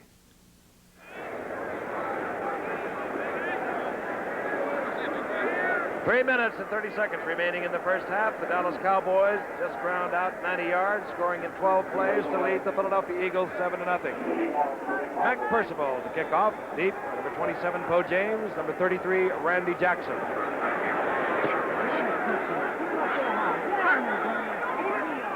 This is Randy Jackson at the 5-yard line. Jackson out of the 20 to the 22-yard line. 17-yard run by Randy Jackson. Well, so far this game, what's plaguing the Philadelphia fans, and understandably so, is what plagued them a week ago. The Eagles, supposed to be an explosive offensive team, with almost no offensive at all. And with a quarterback like Gabriel, there's the guy who scored for Dallas, and receivers like Carmichael and Young, doesn't make sense. Philadelphia moving from their own 21-yard line. Draw play goes to Bulash. He gets 3 yards out to the 24.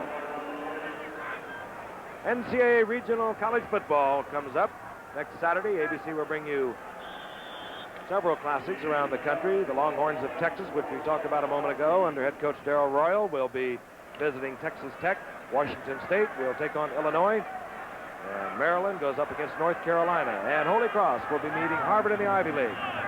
Check your local listings for the game in your region. 2nd down and 8. Gabriel going to Sullivan over the middle. He'll be short of the first down as he's nailed hard by Leroy Jordan and Dave Edwards.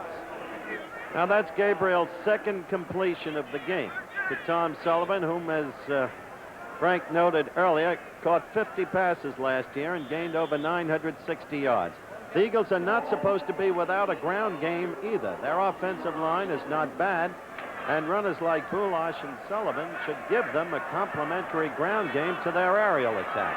But they haven't been able to get started. 3rd down and a long 2. The Eagles in a running formation, but it'll be tough. And twice now, Philadelphia, against that rugged Dallas defense, have gone with the run. This time it's very close. Bulash pounding and driving, but I don't believe he made the first down. They've only made one first down thus far this game, Giffer. This measurement will be reasonably close, but I think you're right. I don't believe he made it. Now let's stretch it out, gentlemen. No, he did not make it. The length of a football and a half, perhaps. So the Eagles must punt again, and the fans registered their displeasure. There's John Nyland, University of Iowa. And we have the 2-minute warning. For 1975, Lincoln Mercury took the kind of legroom and headroom you get in an average mid-size car, then engineered it into a smaller car for good gas mileage. Introducing America's new precision-sized luxury car, Mercury Monarch. Over a foot shorter than last year's average mid-size car, Monarch gives 5 adults more headroom and only 1.5 inches less legroom. Monarch's functional luxuries include fully reclining bucket seats, deep, wide, instruments and controls clustered within easy reach, even an optional moonroof. Monarch GS 256 is engineered for 18 to 26 miles per gallon under highway conditions, 14 to 18 under city conditions. And this 2-door Monarch sticker price, including optional white wall, starts under $3,800. Delivery, dealer prep, title, and taxes extra. Now there's a precision-sized Monarch at the sign of the cat. The $6 million man must pilot a small plane through a violent storm to save a stricken senator. Friday at 8:30, 7:30 Central. Some of the little lovelies here in Philadelphia. They do too up here, Alex. Well, that one girl looks exactly like my wife would like to look. One of Philadelphia's lovelies just joined us. Mike Douglas in the booth. Giffer and I appeared on the show today. Giffer stole the show. I don't think he'll like you putting it that way, though. All right, on fourth down, we have Merritt Kersey. He'll punt to Cliff Harris and Golden Richards. Richards, 83, Harris, 43.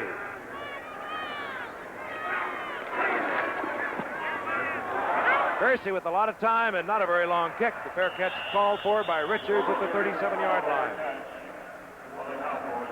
So Dallas has scored the last time they had the ball in 12 plays, traveling 90 yards, takes over again.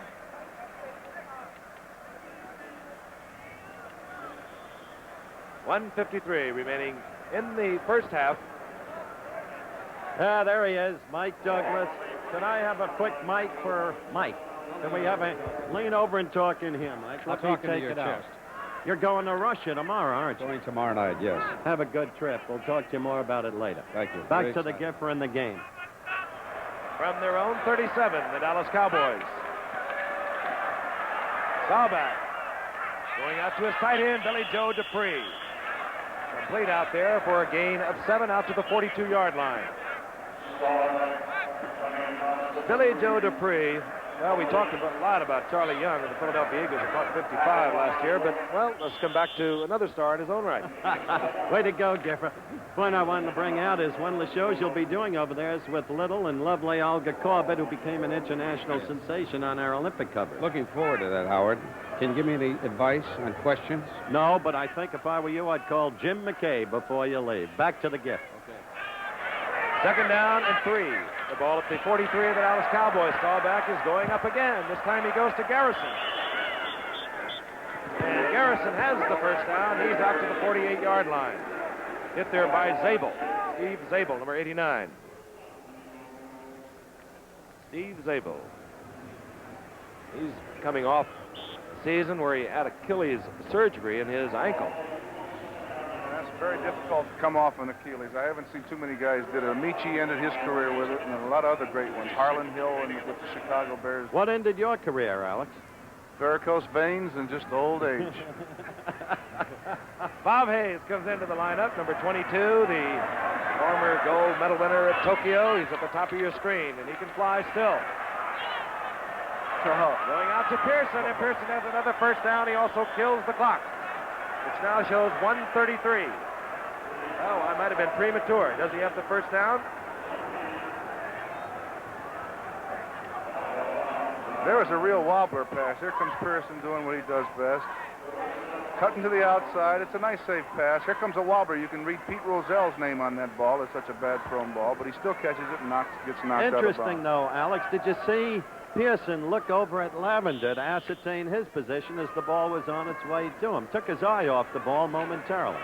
Still made the catch easily, of course. Inscrutable Tom Landry. First and 10. The ball is at the Eagles' 43-yard line. The Cowboys chipping away. They lead 7-0.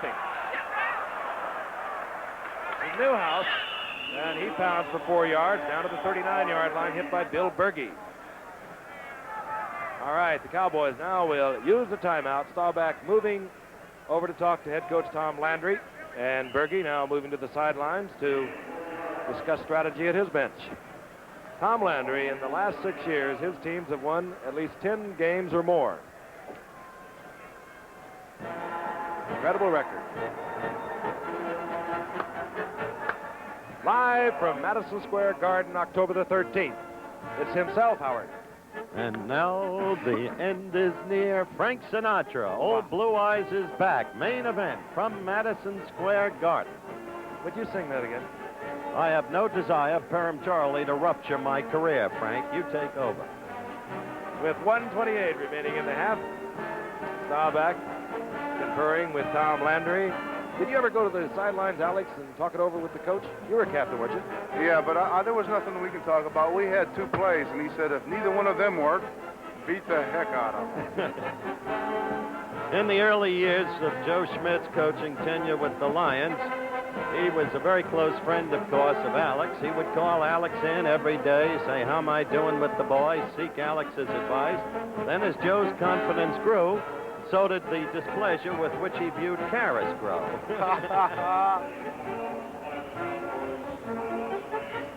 All right, set to go. 2nd down and 6.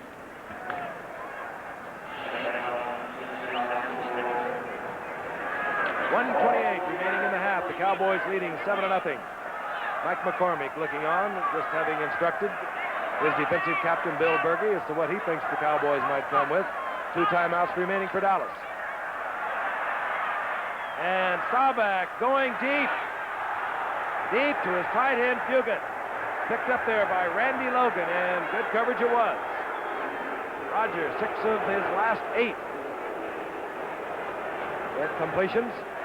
After going 0 for 6. Excuse me, Frank. That was a good play. Good idea on the pass receiver. Now, he's going down the field. He's going to get good coverage all the way. There could have been very much of an interception here, but he actually jarred the defender away from the ball. That's what you're supposed to do when you think that there's going to be an interception. And he goes over there and he asks the referee about it, and of course he turns his back. There's an exciting man, Howard. I'd love to play for him. I'd have fallen asleep on him most of the time. Well, a little more than it looks, Alex. 3rd down and 7.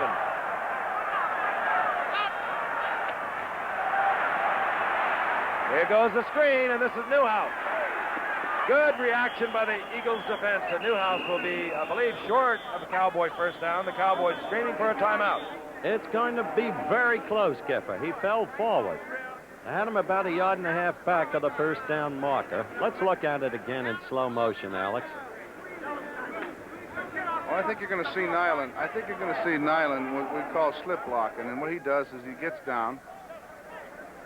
Here comes the play. He lets him go, influences him out, and then he goes right out to that screen. He's influenced him to the outside, then he comes right down on that screen and watch him do his job. Whoopee. Anytime you're doing a screen, you want that weak side tackle to go to the outside, not to give too much pressure to the inside. And as you can see, Newhouse coming up just short of the 1st down. That's the situation at the moment. 1 minute and 11 seconds remaining in the 1st half. The Cowboys out in front, 7-0. Roger Staubach coming in with Tom Landry's play. And it'll be 4th down and a matter of inches. You call that exactly right, Giff. The eyesight is extraordinary. Just short. 4th down, 1 timeout remaining. You know, you mentioned Landry, Alex. I not only played with him, I also played under him as a coach. He was both a player and a coach for the Giants. And the man actually has so much going on inside of him, and he's been criticized many times by our own colleague, Don Meredith, but almost affectionately in a way. He's meant a great deal to many players over the years, and he has a fantastic record. In other words, he's doing what he's supposed to do. Dennison. Oh, and did he make it? This will be very close again. Will Wynn got in there in a hurry, came out in a hurry, and is gesticulating that the Cowboys did not make it. I don't know, Giff. What's your view of this one? Before they measure now. I think it's going to be very close, Howard. In any event, there's only 1 timeout remaining, and the clock is stopped while they measure. No, they did not. Good defensive effort by the right side of that Eagles line. Jerry Patton and Joe Jones. And the Eagles, with 58 seconds, take over. Here comes John Nyland again, who's an all-pro guard. He's popping right out, and he didn't influence that tackle. The tackle went right to the outside and did his job on that outside. And, of course, they didn't make that first down, and Nyland didn't do a good job on that play. He usually does, though. 58 seconds remaining in the 1st half. The Cowboys in front, 7-0. Roman Gabriel has all 3 of his timeouts, but he sends Bulash over the left side. Brother Tom Sullivan. Sullivan gets 7 yards, as the Cowboys obviously were thinking pass. And some of the booing Philadelphia Eagle fans must have been thinking pass. Well, it's rather obvious that Roman is not going to be taking any risk. He has 3 timeouts, but he's letting the clock tick out here in the 1st half. Goes with the screen, out to Norm Bulash. Bulash had the 1st down, he fumbled it, and I believe Dallas has it. Indeed they do. So trying to play safe didn't come up that way for Philadelphia. Dallas will have 19 seconds showing on the clock. The fans of Philadelphia have never been notorious for tolerance.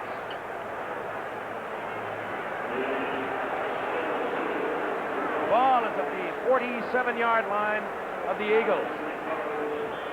Dallas has the football. They have one timeout remaining. Staubach puts Pearson to the bottom of your screen. Golden Richards at the top. And the attempt went to Newhouse, overthrown.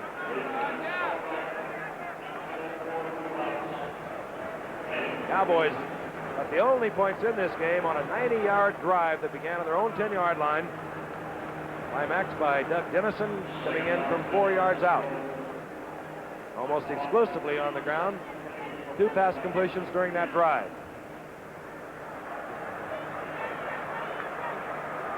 Wide receivers now for Roger Staubach, who can be expected to put the ball in the air. Bob Hayes has come in. He's number 22, top of your screen.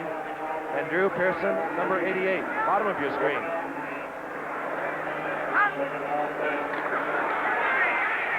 Staubach in trouble, scrambling around and gets rid of the ball out there to Bob Hayes.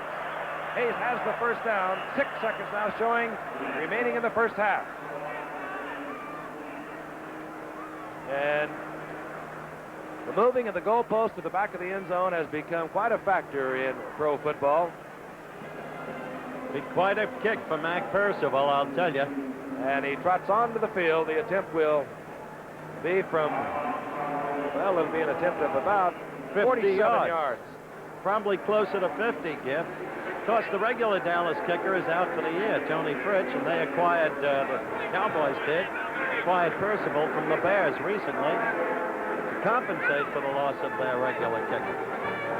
And he was delighted to be here. He's from Texas. And he was sharing the duties up there with the Chicago Bears with Merrill Roeder. And he has the full load at the moment. The tip will come from the 48-yard line. Greg Morton will do the holding. Action. Oh, it's blocked. Blocked. Oh, and the Fox has no time remaining as Bradley just gets back onto the field of play. So the Dallas Cowboys lead the Philadelphia Eagles 7-0. Tom Landry moving in with the Cowboys to regroup. Some great games around the NFL yesterday. We'll be back with some of those highlights in just a moment.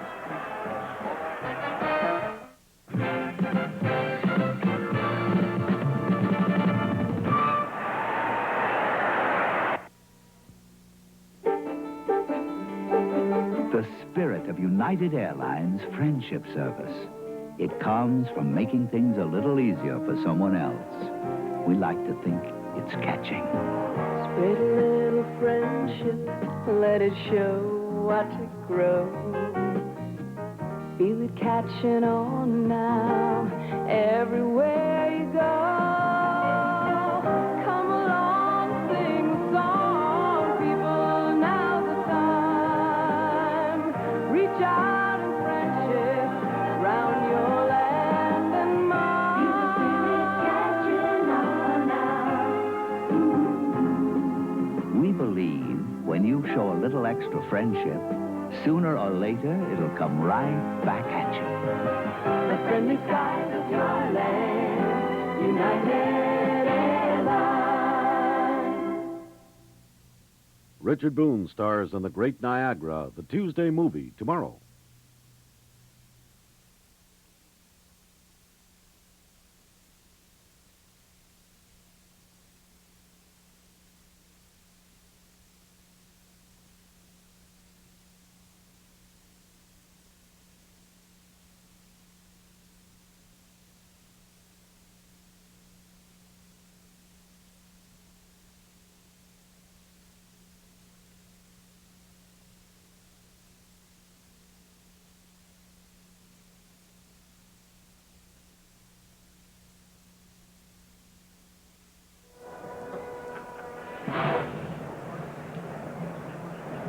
Well, we're back live at Veterans Stadium, Philadelphia, Pennsylvania. A halftime score, and I must say we did not have an overwhelming amount of action. The Dallas Cowboys 7, the Philadelphia Eagles nothing. As for the second game in a row, the Eagles are failing to show much in the way of offense. In the first half, though, in the second quarter, Dallas scored, the result of a 90-yard drive in 12 plays, 9 of which were on the ground, engineered by Roger the Dodger Staubach. 2 completed passes, 1 incomplete. And you're looking at Doug Dennison, number 21, rookie from Kutztown State, who has a sign here in his behalf as he moves in for the score, getting perhaps the last yard and a half on his own. Then just before the half ended, Mac Percival tried a field goal from way out. Would have been a 48-yard kick. Well, more than that, really. And Joe Jones, Turkey Jones, number 64, blocked it.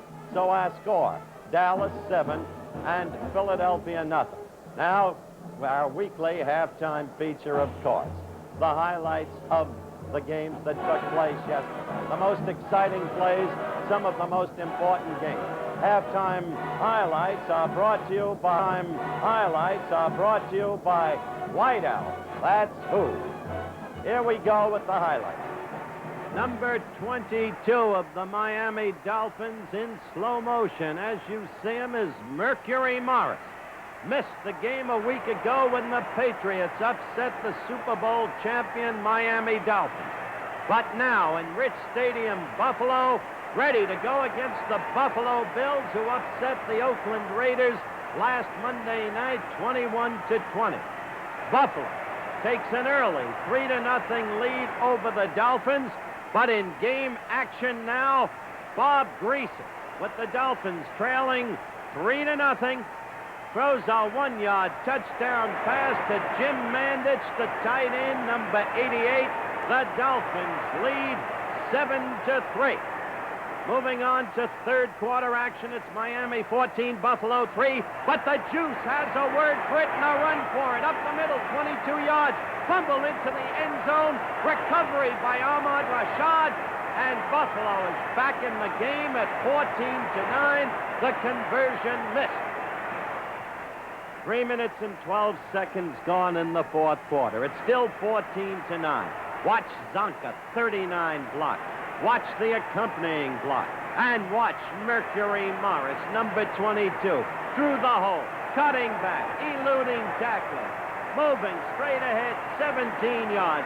Touchdown, Miami is back, beating Buffalo 24-16. Little Mac Herron, a refugee in effect from Canada in a football sense. Number 42 to the left of your screen. Sam Cunningham, number 39 to the right. The Patriots at Yale Bowl against the Giants. First quarter, the Giants with the ball. Snead, 16-30, Johnson. He breaks 2-3, tackles in for the touchdown. The Giants take a first quarter 7-0 lead. It's 2 minutes or thereabouts remaining in the first quarter. 16 Plunkett to Little Mac Herron, 42 touchdown. The game is tied at 7-all. Moving to second quarter action. The Giants leading 14-7. Plunkett back in the pocket. Good protection. Downfield. Randy Vataha, 38 yards. Touchdown. 14-14 tie. In the second half, the Patriots moved ahead 21-14. And then Little Mac Herron again on a 4-yard sweep around the right side. 28-14. And on the Patriots went, unbeaten, 2-0 to win it, 28-20.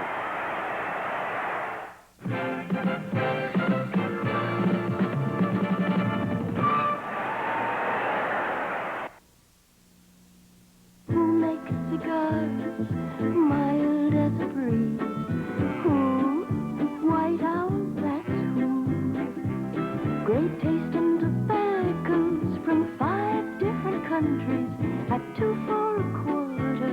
You ought to know who. You ought to know who. White Owl, that's who. That's Tommy Prothro, head coach, San Diego Chargers, fired previously by the L.A. Rams. determined to prove himself at Riverfront Stadium against the Cincinnati Bengals. And that's Glenn Bonner, number 21, a rookie from Washington, moving in for a score. San Diego surprisingly leads 7-0. But that's Booby Clark, the converted tight end. Had such a brilliant year a year ago. 12 yards, touchdown for the Cincinnati Bengals. At that point, Cincinnati goes on top 14-13. It's third quarter action. It's 17-13 now as San Diego begins to engineer a comeback drive. That was Don Fouts to Jim Byrne. This is Don Fouts to the tight end, Gary Parrish. Who is Don Fouts? A second-year man, beginning to find himself in the National Football League. Now this is 3 plays later. And the handoff to Don Woods. Woods, number 33, racing upfield 21 yards to the Cincinnati 21, and a truly amazing upset is in the making. Now it's 3 plays later, and that's young Fouts himself. Touchdown plunge, quarterback sneak or rush, as you would call it, and San Diego amazingly upsets Cincinnati 20-17.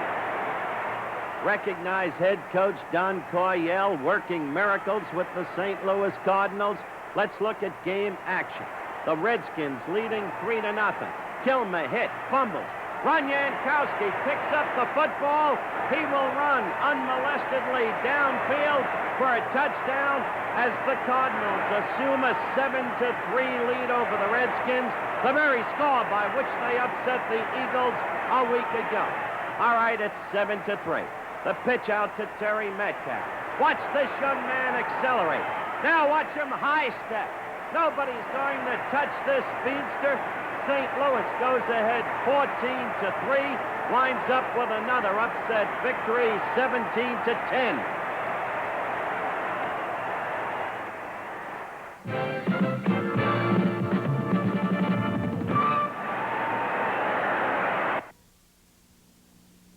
Who makes cigars mild as the breeze? White out that too.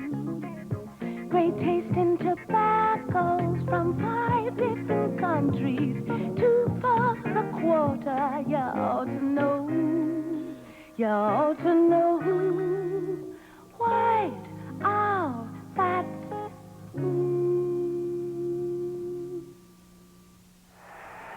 The Denver Broncos in a huddle. John Ralston, their coach, exhorts them on. Mile High Stadium, Denver. The Broncos against the powerhouse Steelers. 4 minutes into the first quarter. Charlie Johnson, 12, throws to 24. Otis Armstrong out of Purdue, number 1 draft choice a year ago. And the Bronx take a 7-0 lead over the Steelers. But it's just 4 plays later. Jefferson Street Joe Gideon sets up the screen to Steve Davis. Watch this young man go. The Steelers have nothing but talent. 1 tackle broken. Another tackler couldn't hang on to the hip. Still another. Steve cutting back across field. Steve Davis going 61 yards. Touchdown. The score is tied at 7. This Denver team, though, is a team that has arrived. That's Charlie Johnson throwing to Haven Moses. Still first quarter action. Touchdown. The Bronx lead it 14-7. And it's just a couple of minutes later. And that's John Keyworth in for a yard. And the score, Denver 21, Pittsburgh 7.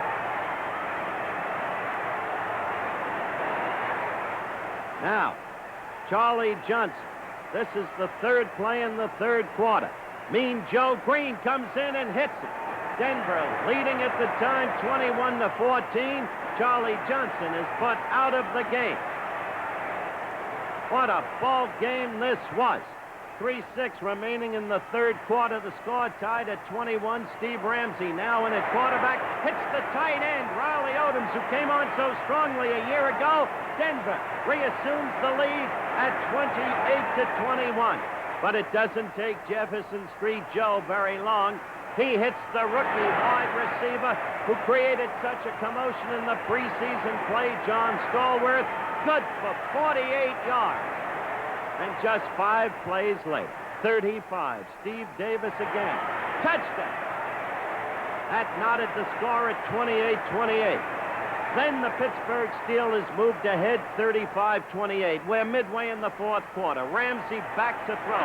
Hit as he throws, but he connects with little Otis Armstrong again. Touchdown. The score is tied at 35-35. Look at the scoreboard. 5 seconds left. Roy Garella about to attempt a game-winning field goal. The kick is blocked by Bill Thompson, number 36, out of Maryland State. That's what it was called then. And so the game went into overtime. And they played a full period, a scoreless full period. The score tied at 35-35.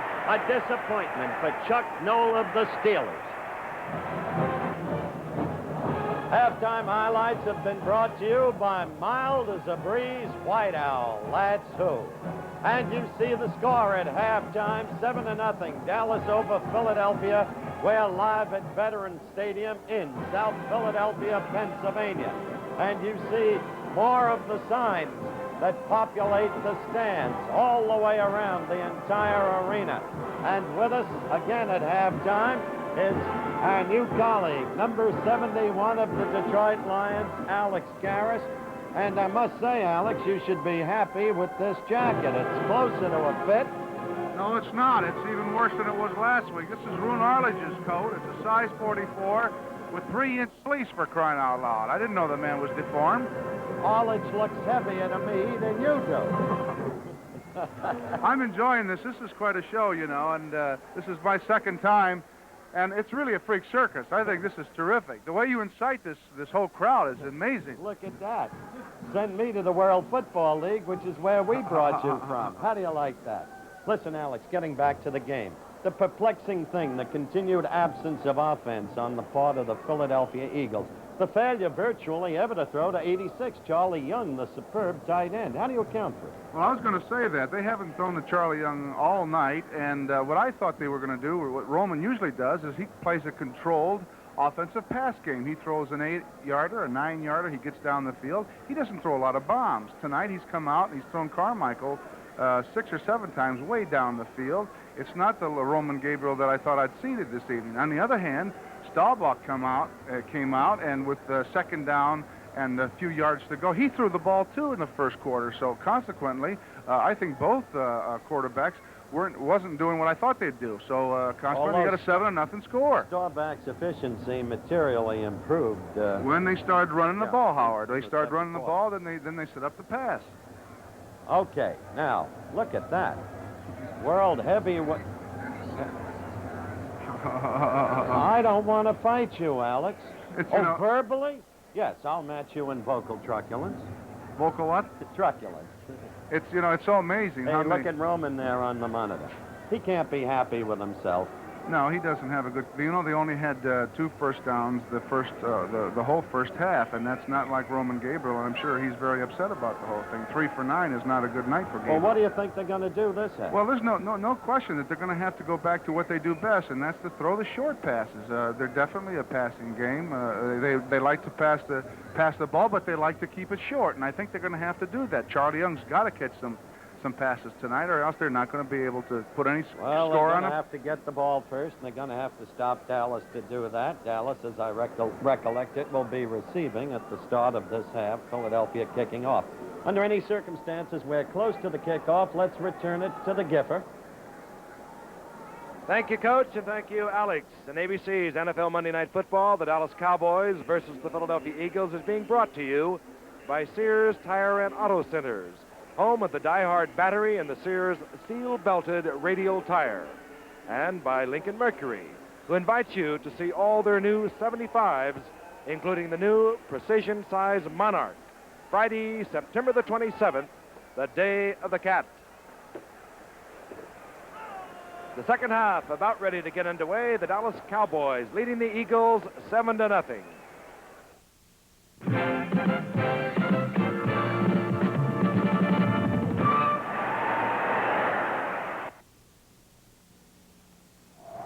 I'm a lineman.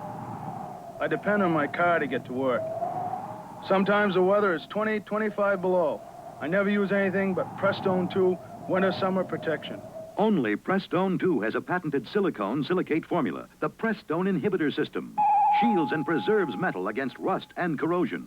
Winter, summer, count on it.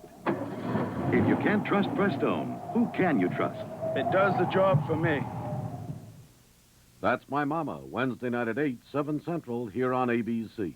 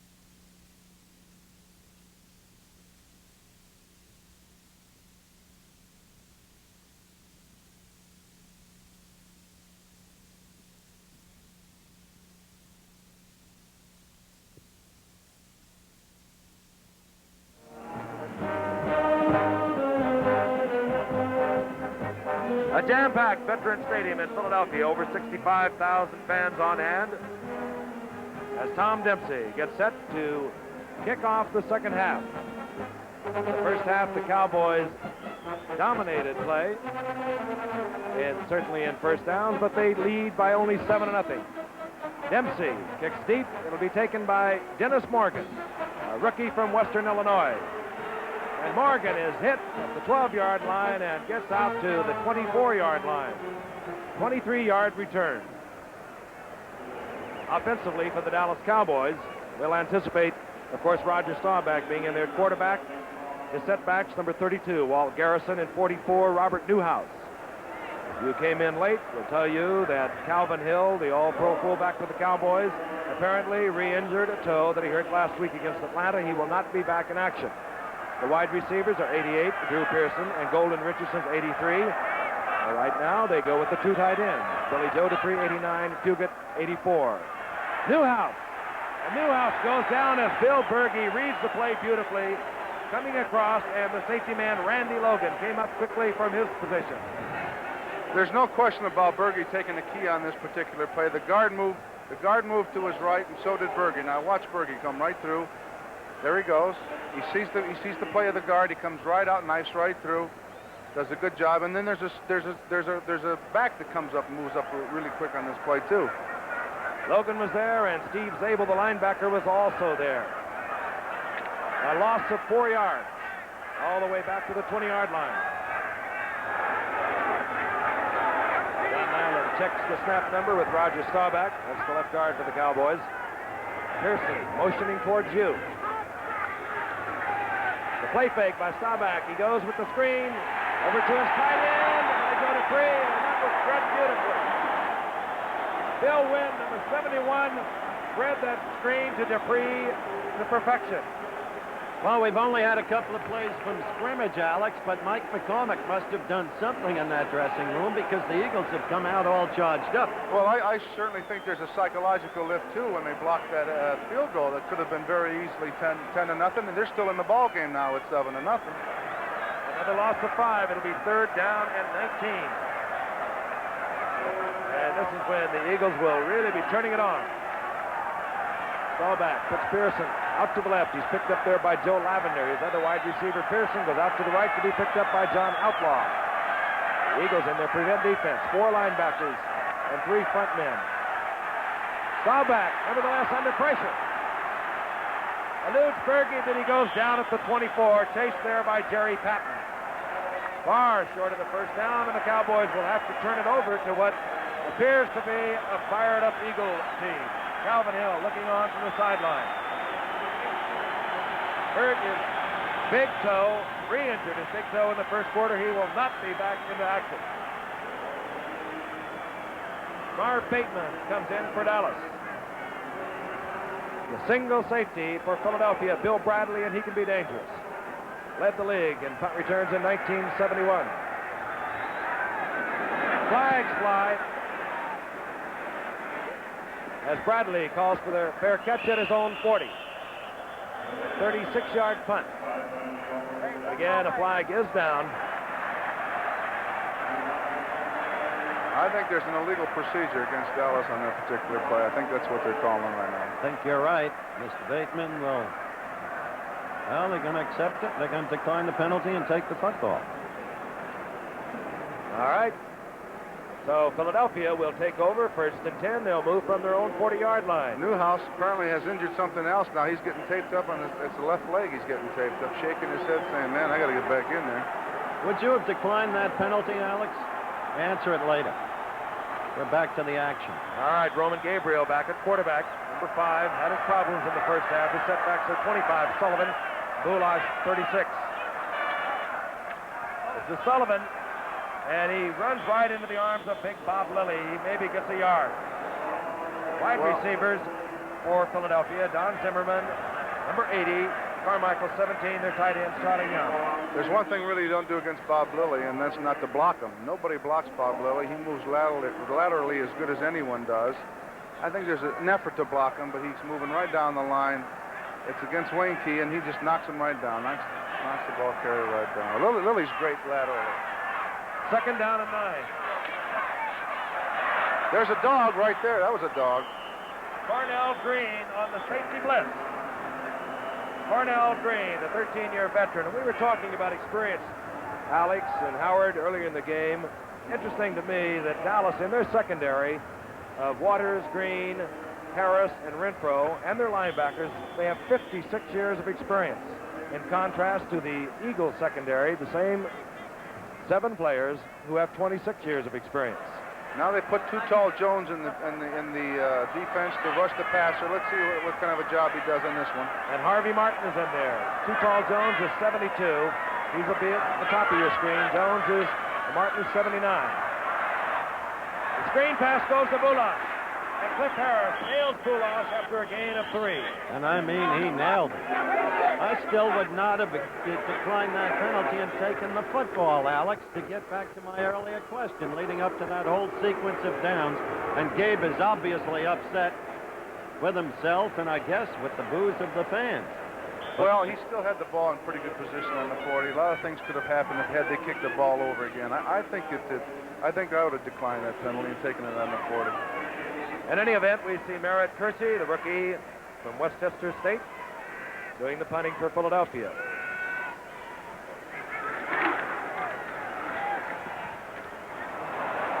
And not a good kick.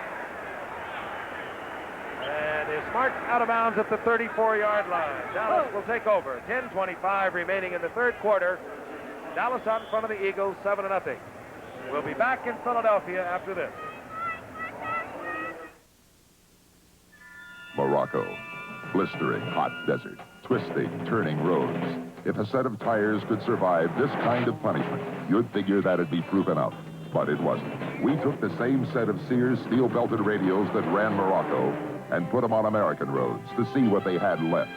72,400 miles later, they're still going strong. Radial design, 2 steel belts. The Sears steel-belted radio, only at Sears. First he gets a new car, and I get the old one. Then he leaves his car in the garage, and mine sits outside. And now I have to give him a start. I don't know what I'd like to give him. What, dear? A die-hard of your very own. Dear. The Sears Die Hard. Ask the woman who owns one. Sold only at Sears. Look at those halftime statistics, folks, as a vivid evidence of Philadelphia's offensive futility. 27 yards gained passing, only 47 rushing, and that's reflected in the first down figures, only 2 first downs. So clearly, Dallas has been dominant, though not overwhelmingly so. They've had their own deficiencies tonight. It's still a ball game. And Philadelphia, with a weak punting game, again, has given Dallas good field position. They move now from their own 34-yard line. The 2 tight ends, Fugit and Dupree are there. This is Newhouse, and he slips and goes down. And Newhouse is not 100%. We told you Calvin Hill is out. Newhouse was hurt. And he came back into play. Look at that fella's nose, Alex. Did that ever happen to you? Picard. Well, you know, he has that darn face mask wide open up there in the middle. He should have a nose like that once in a while. I had the big rim around it. I couldn't get hit in the nose. Never got damaged at all, did you, through all the years? Absolutely not. I stayed away from everybody. Second down now and 12. A loss of 2. The ball at the 32 of the Dallas Cowboys. 9:46 remaining in the third quarter. Flags flying all over the place. The pass goes out to William Houston, who hits the ball out to the 44-yard line, but again, flags are down. It was a gain of 13. 3 times Staubach has successfully used that precise pass pattern tonight, Alex. Well, it's a safe pass pattern. If the receiver doesn't catch it, it's going to go out of bounds. It's what we like to consider a very safe way of throwing the football. Roger the Dodger. He's written a new book, by the way, Giff, together with a couple of other gentlemen, published by Word. It's called Staubach, First Down, Lifetime to Go. If he writes like he plays, it'll be worthwhile. Illegal procedure against Dallas. That makes it second down and 17. Pearson comes out on the pass situation to the bottom of your screen.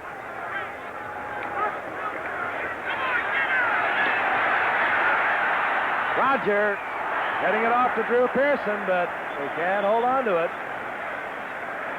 Good coverage by Philadelphia. Roger again under pressure. And Alex, this is one of the fine offensive lines in football. I think anyone will admit that, and yet well, it's not a great defensive line of Philadelphia. It's putting the pressure on.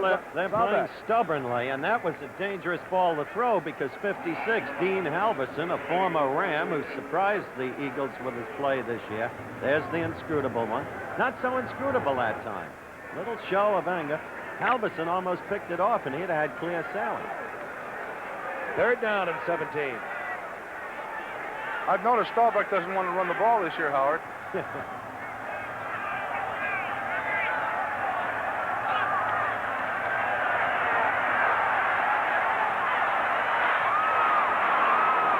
Staubach, and he gets it out there to Pearson, who has the first down, and he threw that in brilliantly. Staubach going back, slipped, and Pearson found that empty gap out there in the Eagles defense, and the Cowboys have a first down. They're inside the Eagle territory at the 48. You know, it's tough when you're playing defense and you're going into the last half and you play, you know, as good as you can play, and you get no offense at all. Defensive ball players get a little upset about it. Once in a while, they'll run over the quarterback and say, "How much is a touchdown?" You know, they figure maybe they don't know anymore. In our case, our quarterback used to yell out, 5 points. So Staubach started out 0 for 6. He's now 10 of 20 for 113 yards. Newhouse. And Patton holds on to Newhouse after he gains 2, down to the 46. Robert Newhouse out of the University of Houston. Gained almost 3,000 yards there, scoring 19 touchdowns. Filled in last year behind Calvin Hill when he was injured last year. Got a lot of experience as a rookie, and has paid off. Because Calvin Hill, as Howard mentioned, will be one of those 6 members of this Dallas team that will be moving on to the WFL in the future. Second down and 8. And Garrison this time picks up a couple of yards as Philadelphia toughens up. Jerry Patton in there to make the stop. Actually, there were 8 members originally of this Cowboy unit that signed with the WFL. 2 of them were traded, Otto Stowe and Mike Montgomery. Exactly right. You talk about toughening up. We've got a team next Monday night that's really toughened up. The Denver Broncos of Johnny Ralston, with an awful lot of talent. Charlie Johnson will be back in action, shoulder injured yesterday, but he'll be back against the Redskins. From the nation's capital next Monday night. But right now, the Cowboys look over a third down and 7 at the 45-yard line of the Philadelphia Eagles. They have a slim lead of 7-0. Garrison open in the flat, and Roger dumps it off. Garrison trying for the first down, and he's very close to it. Tackled finally by Steve Zabel and number 20, John Outlaw. Well, let's see if they allow him that stretch.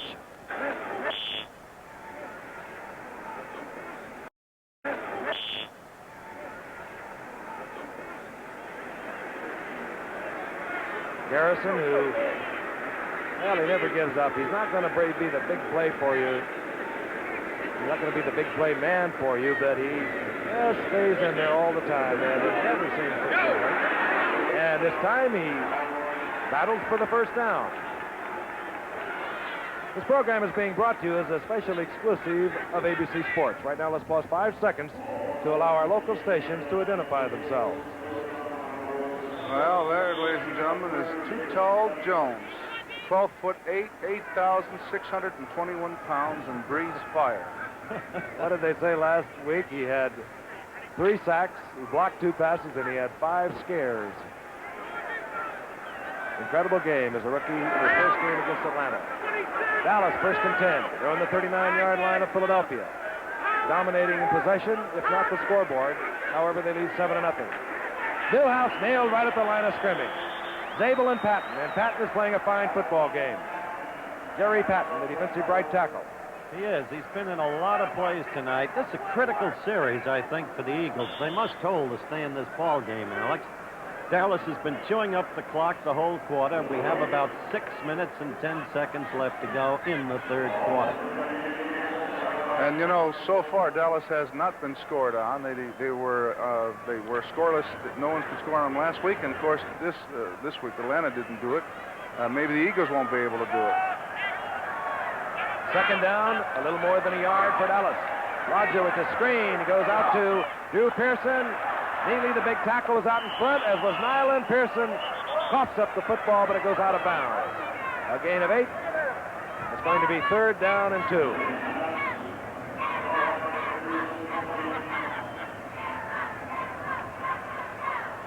Big, swift offensive lineman for the Cowboys. That time you saw Ralph Neely, the 10-year veteran, at 260 pounds, moving out in front of that play. Important down now for the Cowboys. And the 2 tight ends are back in the game. Billy Joe Dupree, number 89, Gene Fugate, number 84. Ordinarily, you would anticipate the run.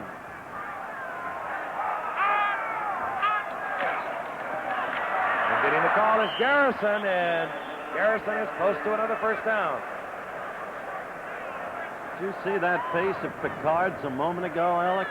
There's no mistaking. He has a deviated septum. Just a little scratch. That's all. That's all. That comes from a man who was sent to the hospital by Chuck Bednarik and regards anything less than that as only a minor injury. That was a little more than a scratch. Smarted a great deal. All right, and just that much are they short. The Dallas Cowboys will have a 4th down. Frank Gifford, along with Howard Cosell and Alex Karras. 5 minutes and 31 seconds remain in the third quarter from Philadelphia. The Cowboys and the Eagles. The Cowboys lead 7-0. Well, you know, the Cowboys are doing what I thought they were going to do. They came out the second half. They start to run the football, and that's what they do best, and that's exactly how they're getting down the field right now. Interesting, too. A year ago, you would have seen the field goal unit on the team. However, you do not now. Cowboys on 4th down and inches will go for it. Staubach with the rollout and was almost nailed. He was nailed. Getting in there quickly was Willie Cullers, the rookie from Kansas State. Willie Cullers was not expected to play, and he maybe has made the play of the night for Philadelphia. Well, let's get a look at this flag situation. Willie Cullers has been the most impressive rookie in the Eagles camp.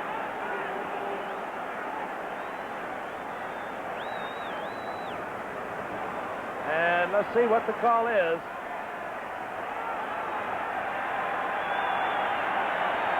With the intentional ground, the illegal forward pass, and with that goes loss of down. Philadelphia takes over. But again, it was Willie Cullers who got in there and put that pressure on. So Philadelphia, who seemed to be fired up earlier in this second half, has a great opportunity. They move from their own 43.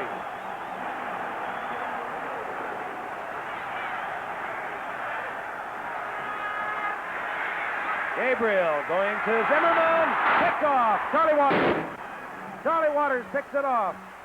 There's a firecracker. Goes off in our booth. I hope it was. Charlie Waters intercepts for Dallas. Returns it to the 30-yard line. I don't know who threw that thing in this booth. if anybody did.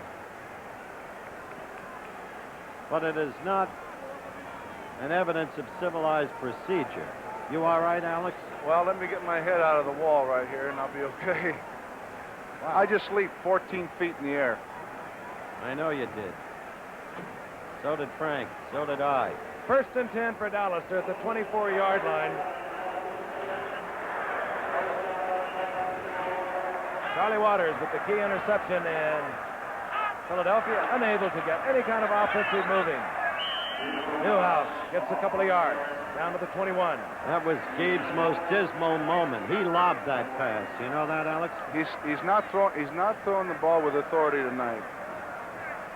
I was surprised at what Staubach did with the 4th down and a half a yard, coming out and trying to throw the ball. I couldn't understand that at all. I thought they had the eye and had that lead block in there, and then let the fullback pick up that half a yard. Bill Houston, number 86, is in for Drew Pearson, a wide receiver for Dallas, on 2nd down and 7. Rogers flooding his backs, and he gets in trouble as Patton gets his hands on him, and he cannot get the pass off to Billy Joe Dupree, at least where he could catch it. But Jerry Patton this time was pressuring Staubach. Well, I'm surprised, well, I shouldn't say surprised because it's a young defensive line that Philadelphia has, but they're putting pressure on Staubach tonight. There's no question about it, and I think that McCormick has really gotten these guys playing football. All right, look at Pat now. That's John Nyland, the all-pro guard for Dallas that he's beating. And it just threw Staubach's timing off enough that he could not get the ball to Dupree. 3rd down now and 7. The 2 wide receivers are back in now, Golden Richards and Drew Pearson. Going for Pearson, complete. 1st down, right on target for Roger Staubach. Joe Lavender was covering, and he wasn't covering that poorly. It's just a difficult pass to cover when the receiver and the quarterback are in sync. Let's look again, and again Staubach with that perfect timing, just almost impossible to cover, man for man, when things, all the timing comes together.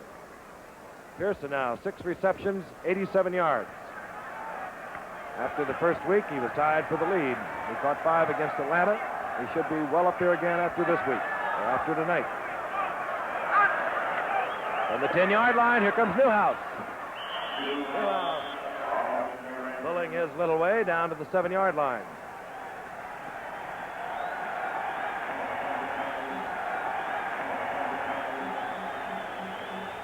Gain of 3, it'll be 2nd down and 7. .336 remaining in the 3rd quarter. The Eagles, who lost their opener to St. Louis, against the Cowboys, who won their opener against Atlanta. Cowboys out in front, 7-0.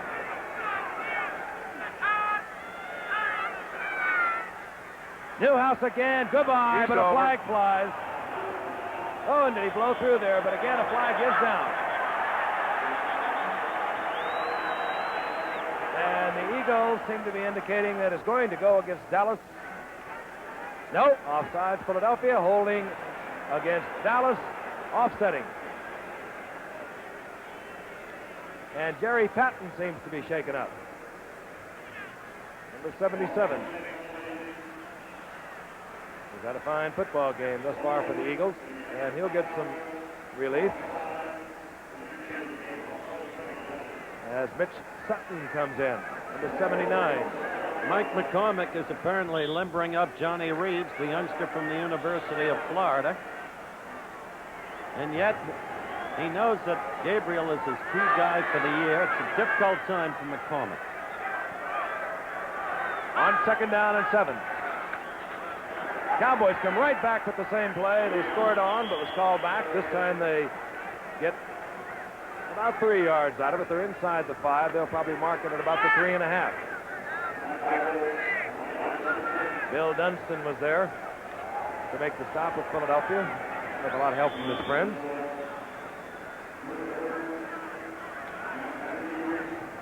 John Reeves came up a couple of years ago had a big shot in '72. Just couldn't quite pull it all together when Mike McCormick came to the Eagles. He said, I want the #1 quarterback, the big man that can do it all for me. So Reeves went to the bench. Gabriel took over. But we'll see. Reeves may be coming back into the game when Philadelphia gets the ball. Cowboys 1 timeout. We'll be back in Philadelphia after this. I have 2 weaknesses, piano players and Americans. This is Charlie from Kansas City. Even a shirt does something to me. It's Brigade from our French collection. Sing, Marie, sing. Tais-toi. Where regular shirts are full and blousy, Brigade is for men who are sleek and trim. It lets you see what a man's build is like while his shirt is on. Arrow. No wonder American men look so good. Beef ragu. A dish you might not cook unless your dishwasher could handle the mess. The new GE Pot Scrubber 2 dishwasher can. It's got room for big pots, a tough new interior which won't chip, peel, or rust ever. And listen to this. It's really quiet. To help you out of some tough scrapes, get the incredible Pot Scrubber 2 dishwasher. From General Electric, America's #1 major appliance value.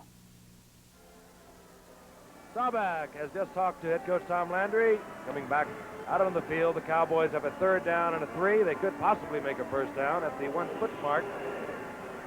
But, of course, they're more concerned with getting in. Craig Morton, who will be moving on to the WFL, signed with Houston. We understand that Houston now will be operating in Shreveport. Stacked backfield. This is Dennison, and Dennison pounds and fumbles. Oh, goodbye. Oh, look at this. A foot race with Staubach. He's going to go all the way on it. Can you believe that? Oh, Joe Lavender, 97 yards. Whoa. Monday night football. It never fails, Frank. Unbelievable. Boy, if that doesn't spark things up. That's Philadelphia's first touchdown of the year, and they got it on defense. That's got to be a record. That's 97 yards. How about that? Joe Lavender being congratulated. Dennison, the rookie from Kutztown State, Pennsylvania, gave it all he had, running out of control, trying to get in there for his 2nd touchdown of the night, coughed it up, and Lavender picked it up, outran Staubach for 97 yards. His glasses stood him in good stead. He saw the football all right. Tom Dempsey will attempt to tie it up, and indeed he does. Take a look at that again, and you'll see Dennison, who really running with abandon for the goal line and is really nailed. We'll try and pick out exactly the man who was it. Gave him the tough lick, and I guess you'd have to say it's Bill Berge. Now look at the scramble. And you better believe he has speed because Roger Staubach isn't slow. He had a good angle, and yet Lavender used every inch of the playing field, getting to the sidelines and just turn it on. And what a thrill for the 2nd-year man from San Diego State. Look at his glasses, Jeff. Well, his nickname is the Birdman. And he has got to be one thrilled youngster tonight. Wowie. Well, I said that twice before. 2:16. Remaining in the 3rd quarter, and it's all tied up. Well, now you see what you're part of, Alex Karras. Every week, something goes crazy. Zany, zany, zany. I'll tell you one thing. Someone must be talking to both these teams before we go on with them. I'll tell you that. Tom Dempsey to kick off.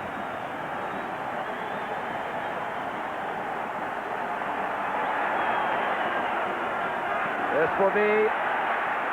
Well, Strayhorn is battling with Dennis Morgan. And it was, you take it, no, you take it. And as it turns out, Dallas will have to begin in the hole at the 10-yard line. And if you're wondering about Lavender possibly having set a record, Alex mentioned it, and the record was set by Jack Tatum. against Green Bay in 72, Alex, 104 yards. That's right, but let's look at this again, Alex. This is you get a cat, no, I'll get a cat. No, you get a cat. Strayhorn finally falls on it, but a 97-yard fumble return can upset a lot of things. You think the Eagles are sky high now, Frank? Oh, you better believe.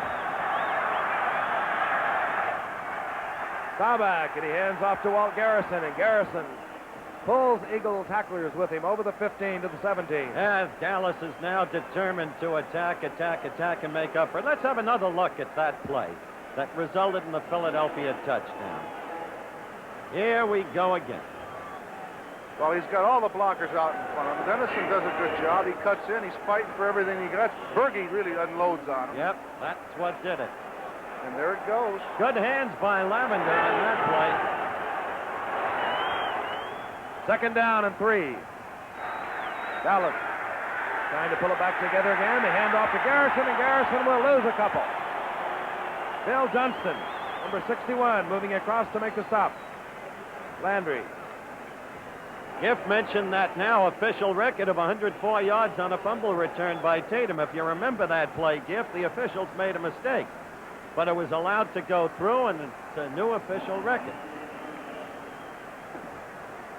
Harold Carmichael, number 17, waiting to get into action. Big down for the Dallas Cowboys. Third down, they'll call it a long 2. The ball resting just short of the 19-yard line, their own 19. And they will not get the first down. Newhouse tripped up by Will Wynn and then nailed by Bill Berge. Well, we got a football game with 35 seconds left and counting down in the third quarter. We're at 7-7. Maybe the Eagles don't deserve it. The Cowboys were pushing them all over the field. But in the clutch, at the goal line, the rookie who scored the earlier touchdown fumbled. Lavender recovered, went 97 yards, and that was it. And Bill Berge, 66, whom you sing on that play, is having himself some night tonight. Marv Bateman, the punt for Dallas. The single safety for Philadelphia, a dangerous one, Bill Bradley.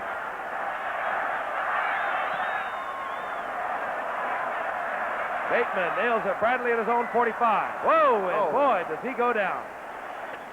Getting down there quickly was Mark Washington, number 46 for Dallas.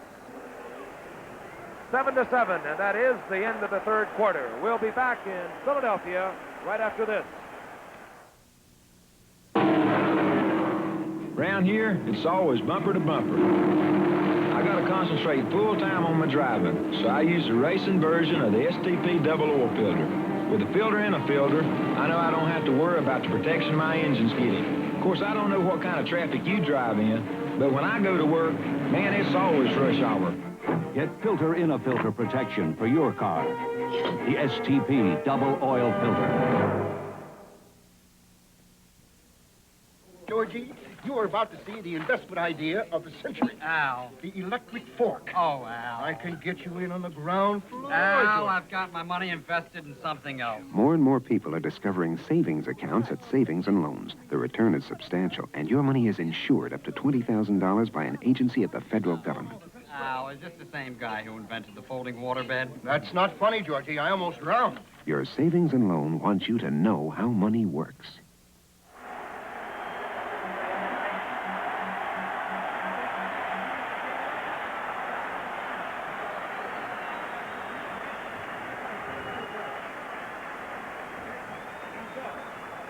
You're watching another exclusive of ABC Sports, and that's the end of the third quarter with the score Dallas 7, Philadelphia 7.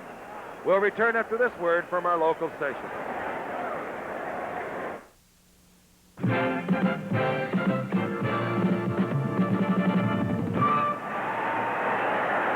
Watch Happy Days tomorrow night at 8, 7 Central, here on ABC.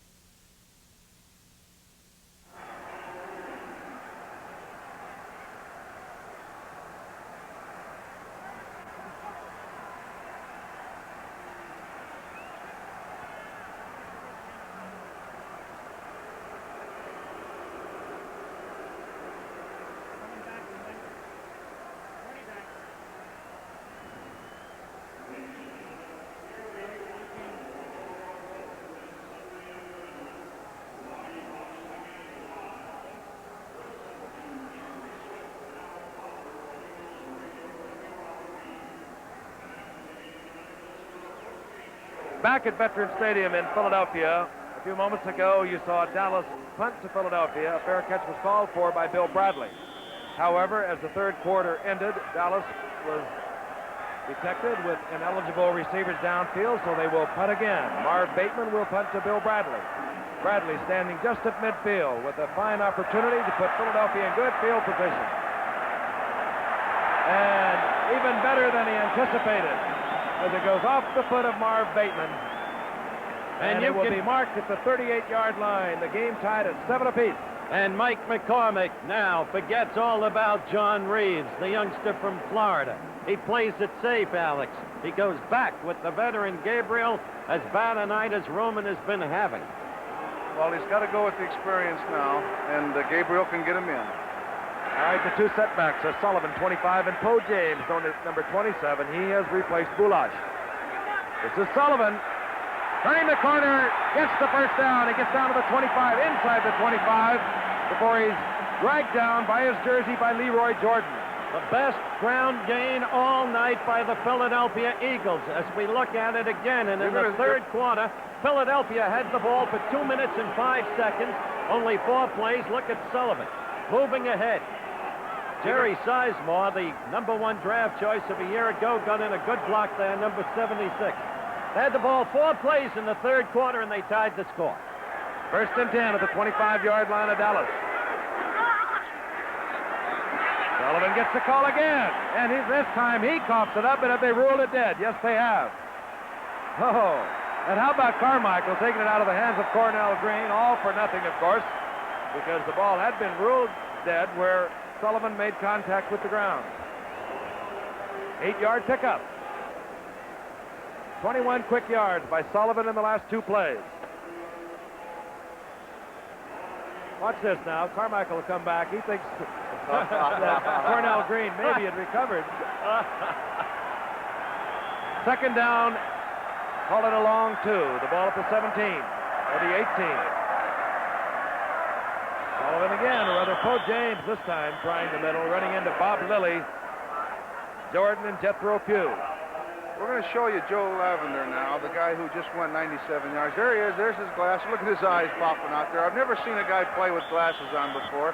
I think he can get away with it because he plays really in the backfield. He doesn't make a lot of contact. If he played up in the middle of the line, he'd get him cracked every other play. A most happy fella.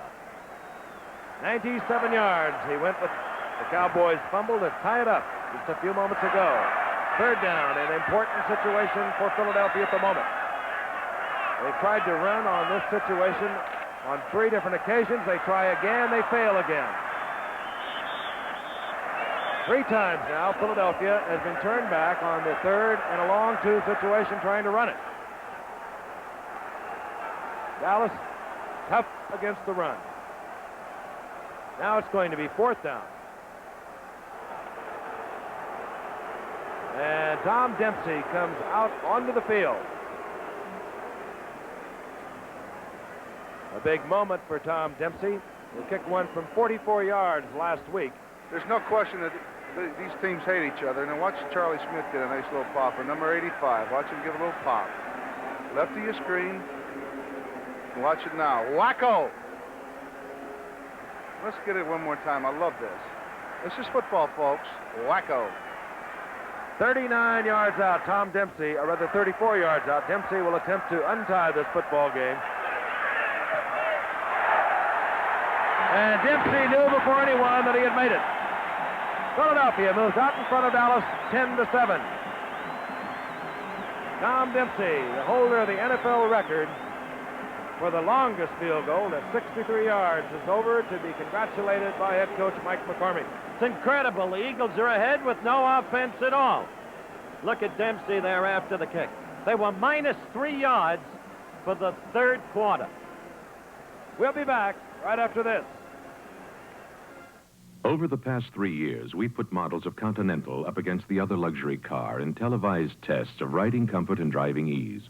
And in these tests, a majority of owners of that other car picked the Continental over their own make. This is the 1975 Lincoln Continental Town Coupe, redesigned and re-engineered to challenge the other luxury car. We asked these owners of that other luxury car what they thought of our redesigned Town Coupe. extremely luxurious. I think this has fine lines. We asked them to try out the Town Coupe. I was impressed with the ease of steering. A great pleasure to drive. And they looked over our restyled town car at the luxury of its interior. They saw the new Mark IV, timeless, classic. A nationwide survey projects that in the last 3 years, over 33,000 drivers of that other car switched to Continental. Introducing the 1975 Continentals. Judge any luxury car by our car. Tom Dempsey, who just hit from 34 yards out to put the Eagles ahead 10-7. As Howard pointed out, the Eagles' big offense has been perfecting of the fumble return because they were -3 yards in the third quarter. But they lead 10-7. Dempsey set to kick to Dennis Morgan and Les Strayhorn. This will be Dennis Morgan.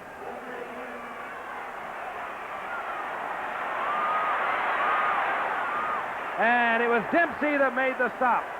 Otherwise, Morgan might have gone all the way. Tom Dempsey. Ladies and gentlemen, we're going to show you something, and this is why they call this kickoff team the Suicide Squad. They're coming right down. Watch 52, Riley. There goes one. Goodbye. There's a 1.5 kip. What was that? 1.5 kip. Or is it a tuck? Dallas takes over. They'll move from their own 43-yard line. They've had all the offense, but they trail on the scoreboard. Golden Richards, very close to the first down, right in front of his own bench. Joe Lavender covering Richards. Gain of 9. Here comes the messenger man, Gene Fugit, with the play from head coach Tom Landry. 11:39 remaining in the game from Philadelphia. The temperature, the beginning of the evening, 55 degrees. It has now dropped into the middle 40s. Second down, call it less than a yard. Play fake by Staubach. Complete to Drew Pearson. Pearson has it at the 35, another Dallas first down. Covered there by John Outlaw and dropped by Outlaw. Here comes a match between Outlaw and Pearson, and every time they seem to need a big down, they go to Pearson. Outlaw does a pretty good job. He backs up. He's supposed to do exactly that. He beat him a little bit to the inside on that. Pearson goes up a nice catch, and here comes Outlaw on it. It's a very pretty catch, Howard. Outlaw can't cover him one-on-one. Not only does Pearson outmove him, but he's too big for him. First and 10 for Dallas. They're on the 33-yard line of Philadelphia.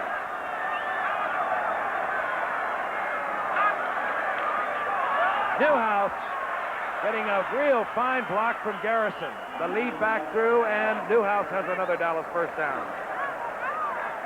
What if we could get a look at that again? You'll see why Garrison is so valuable in that backfield. Now watch him. All right. Leading it right through the hole. And watch Newhouse. Look at that block. Yep, and this is what I mean about a fast Don Nottingham. He's had a big night tonight, Robert, with those damaged ribs. Newhouse all the way down to the 18-yard line. 20 carries, 88 yards on the night. Oh, the crowd has quieted somewhat as they were yelling a moment ago. Staubach goes to the air looking for Pearson, and this time fine coverage by Outlaw. Oh, he did a fine job on it. You know, that is, Alex, Mr. Dempsey. 63 yards. I ran all the way down when he kicked that one, and I lit a match. I thought he had helium in that ball, for crying out loud.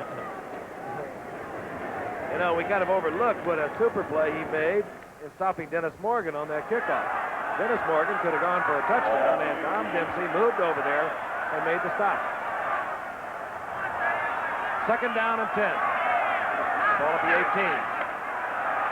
Here comes Newhouse, bouncing through and finally going down in the arms of Berge. Boy, he is a little fire plug. He really scoops around. It's kind of hard for those linebackers to see, I think, circulating around there behind the offensive line and the defensive linemen. Well, Blaine Nye and John Nyland do a good job right now in the middle. When you look at that graphic, the Cowboys 314 yards, the Eagles 93. And the Eagles leading 10-7. 63 plays for Dallas, 34 for Philadelphia. 3rd and 4, the ball's at the 12. You can understand Landry not looking happy. Staubach trickles it off to Garrison. Very close to the first down. It'll depend on where they mark it. Steve Zabel was right there. Actually, Staubach was trying to go to Pearson. He was again covered well by Outlaw. And it will be short of the first down, and out comes the field goal unit. Well, they got a half a yard to go. Howard, Landry is doing the right thing. Put the points on the board. You got 8 minutes and 50 seconds left. Plenty of time. Dallas has dominated the game offensively all night. Offensively, Philadelphia has done nothing. Dallas can get the ball back and go on to victory. Tie it up now, Alex. I agree with you. Well, Landry will be glad to hear that. And we all agree. Good from the 26-yard line, from 26 yards out. And it is tied up, 10 apiece. And we'll be back in Philadelphia right after this message.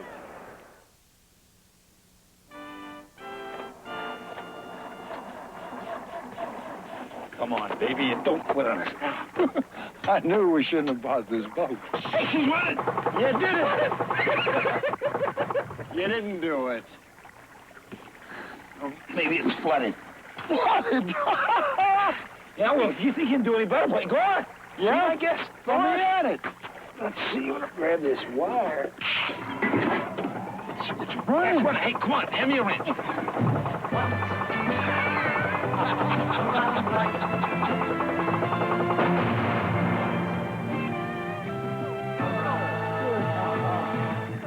When you only go around once, you learn to reach for the gusto in life. In everything. Even your beer. That's why there's Schlitz. Why settle for less?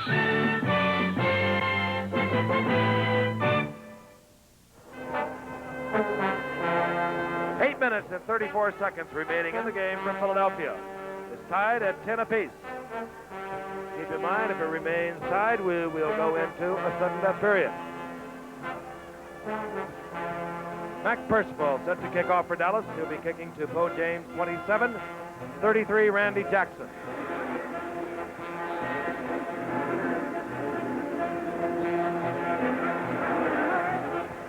And this will be Bo James at his 6th, and he bobbles the ball. And he comes up with it, and down he goes at the 17-yard line. Again, Mark Washington getting down there quickly to make the stop. Mark Washington, dangerous on the special teams. Well, Frank mentioned the temperatures have fallen down into the 40s. What was it John Keats said, Frank? Autumn, I see the kid sitting careless on the greenery floor. You know, he could have. 1st and 10 for the Eagles from their own 17. Tom Sullivan, behind the middle, gets about 3 yards out to the 20. Dallas led early in the game. Doug Denson went in. Dennison went in from 4 yards out to make it 7-0 Dallas. And Joe Lavender tied it all up. In the 3rd quarter, he went 97 yards with a Doug Dennison fumble. Philadelphia had a 34-yard field goal, and Percival has just kicked one from 26 yards out. 2nd down and 7. The ball right at the 20. Gabriel has Poe James wide open. Look at that. Get up, Poe. Somebody blew something. 34-yard gain. Had he been able to hit him in stride, there would have been no Cowboy close to Poe James. You'll see Poe James coming out of the backfield. He's at the bottom of your screen. And obviously, somebody made an error. Whether it was D.D. Lewis, a linebacker, we don't know. Frank, we were discussing about center field. When that guy goes, when the safety goes away from that center field, they like to hit the middle, and that's what they did with Poe James. They had an awful lot of time to throw the ball. When you get a back that goes that far down the field, you're not getting any rush. So the Eagles again in fine field position. And Bo James picks up 6 more yards. He's down to the 40. It'll be 2nd down and 3. If Gabe had thrown that ball a foot shorter, it was touchdown. 6:46 and the clock moving here in Philadelphia. Frank Gifford along with Howard Cosell and Alex Karras.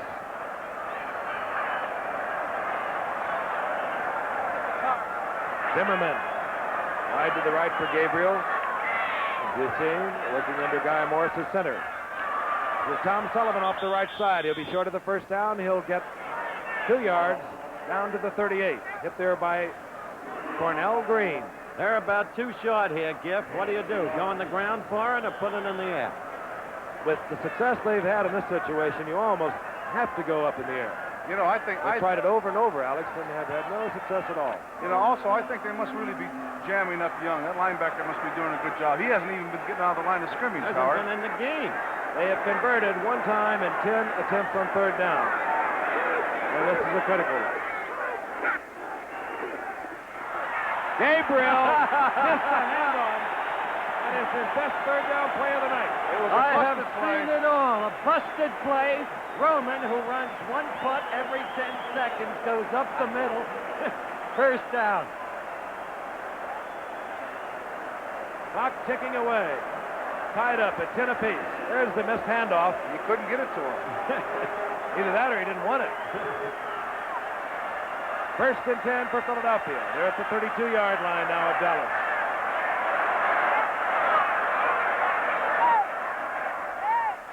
To Sullivan nailed after a gain of about 1. Well, you know, it's a funny thing. They haven't run the ball all night, and now they're running the ball. I think really what they're trying to do is they're trying to get in a position to get that field goal, Howard. I don't think they want to take any chances in throwing the ball. All of a sudden now they've turned from the passing game to the running game. Well, they got to get a little closer for field goal. Although not if Tom can do what he did against you guys those years back. 2nd down and 9. The ball's at the 31-yard line. There he goes. Carmichael, and he holds on. He has a first down. He's inside the 20. Big Harold Carmichael, the biggest target in the game today. Here he is against Charlie Waters. Waters turns him loose to Cliff Harris, the free safety. Frank, and they hit right between. Excuse me, that's what we were talking about, a controlled passing game. Now he's going 8 and 6 yards instead of going for that bomb all the time. Which is his better range. Absolutely. Exactly right. Ball is on the 18-yard line. 1st and 10, Philadelphia. Clock moving. 4 minutes remaining on the scoreboard clock. And Tom Sullivan trips up going over the right side.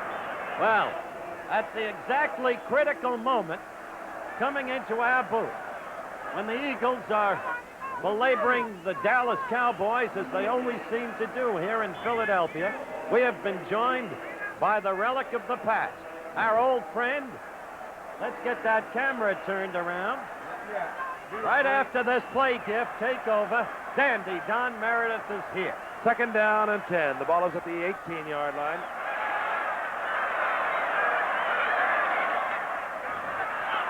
Sullivan, a hole in the left side, and he gets 7 yards. He's down just short of the 10-yard line. Wait a minute. Oh, my Dallas recovered. Fumbled the ball, and Dallas has recovered. Dallas has recovered. Take a look into the camera, Dandy. Son of a gun. Howard, how's it? Alex, how you doing? I'm fine, Don. Well, I'm glad. Here it is in Philadelphia, and Howard's in the 2nd half. I'm really delighted to hear about that. The betting odds were against it. Yes, they were. What's happening out there tonight? What's happening? Your old buddy Dave Edwards just came up with the fumble for Dallas when they were in a lot of trouble. I was really upset when they went for that field goal a while ago. Why did they do that? Howard, you always had those answers. Why did they do that? I wanted him to go for it. Karras and Gifford agreed. Put the points on the board. There was a lot of time There's left. the man on the screen right there that did it. He says, I'm going to go for 3. They've got it tied up here now. How you guys are doing? Take it away, Frank. All right, 1st and 10 for Dallas. It's tied up at 10 apiece. 3 minutes and 13 seconds remaining in the game. They must move from their own 11. And Newhouse is nailed by Berge. Sandy, what Dean happens to Halverson. the Dallas team against Philadelphia? Once a year, the Eagles give them fits. I don't know. They beat them last year, which was a real surprise. I really don't know. It seems that Dallas just doesn't quite get it together. Dallas has a really good team, and the Eagles are struggling. What do you think? I think you got a problem down there. You I do? think they've benefited by your presence, though, in the recent... What? Do you miss us, kid? I miss you a lot, Howard. You're doing a super job. Frank, get it again. There he is. Second down and 11. Newhouse lost one, and this time Robert Newhouse comes back and picks up a couple of those yards. That Newhouse is a little swift Don Nottingham. He is a little swift, Don Nottingham. And there's the Dupree. It's not LG either. It really is. You guys do a good job. Let's see if Dallas can get something working here. Just want to come by and say, hey, do it good. Okay, Dandy. Nice to see you. Third down and 7. Clock ticking, and the Cowboys are apparently waiting for the 2-minute warning. Looking away as Roman Gabriel looking on from the sidelines. They were so close when they fumbled the ball, turning over for the third time tonight. We'll be back in a moment. Flair Super Pens, now with a point guard, a super hard, tough plastic shield. Won't mush down. Point guard, tough, keeps fine lines fine, won't mush down. Bold lines bold, won't mush down. Makes Flair one pen that always writes just the way you feel, time after line after line. Flair, the super pen, now with the tough point guard, won't mush down. Flair. Yes, I'd like a butane lighter, please. Which one? Oh, they're all about the same. I wish you hadn't said that. Cricket lighter is really quite a light. It'll last for months and still burn bright with thousands of sure fire lights and a flame that adjusts to different heights. That's no ordinary cricket. Well, cricket's no ordinary lighter. Catch a cricket for $1.49 by Gillette. 2 minutes left in the game from Philadelphia. 2 minutes at least left in the 4 regulation quarters. Should it be tied, as it is, as of the moment, at 10 apiece, we will move into a sudden death period. Tom Landry looking on and feeling much relieved, I'm sure, because the Eagles apparently were on their way to winning this football game, or at least going out in front, breaking that tie when they fumbled the football. Right now, the Cowboys have a 3rd down and 7. They're on their own 13-yard line as Mike McCormick looks on in his 2nd year as a head coach. Great player with the Cleveland Browns, coached under Otto Graham at Washington, Vince Lombardi, George Allen came here last year and has turned the Eagles around. On 3rd down. The effort complete to Pearson. Out of bounds at the 22-yard line. 1st down, Dallas. That same pattern, Alex, all night to Pearson. That sideline pass. Almost unstoppable, it seems like right now. Just such a timing thing between the quarterback and the receiver. And, of course, finding a situation when the cornerback is going to be man for man on the receiver. Pearson's caught 8 for 107 yards thus far tonight. Not a bad performance. 5 last week. Not a bad start. On 1st down. Saw back. Picked off by Randy Logan. I don't believe it. Not a ball that should have been thrown. I do not believe this, Alex. Well, that ball, like Frank said, it shouldn't have been thrown. I think he threw what we call cross course, and he didn't have to do that at all. I think if he did anything, he should eat the ball and just throw it way out of bounds on this one. He took a big chance. It's a big gamble here. The receiver wasn't even close to it, Howard. All right, a big break for Philadelphia. They've had a few tonight. Not much offense, not a whole lot more defense, but they have had the breaks. I guess you could say they have made their breaks. They caused the fumble that gave them a 97-yard touchdown. Bo James over the right side. Clock moving at 1:42. Still not stopped by the Eagles. They have 3 timeouts remaining. And they are going to try and get it within the range, the field goal range of Tom Dempsey. Tom kicked a 44-yarder last week against St. Louis. He's kicked a 34-yarder tonight. 2nd down and 8. Clock still moving. Sullivan. And down goes Sullivan. In the arms of Pat Toomey. Well, Gabriel is playing safe now.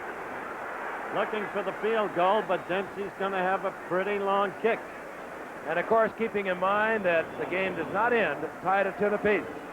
As Denver and Pittsburgh proved yesterday in our first overtime regular season game of the year. I'll tell you, I used to gear myself to play 16 minutes. After that, I don't think I could have made 15 more.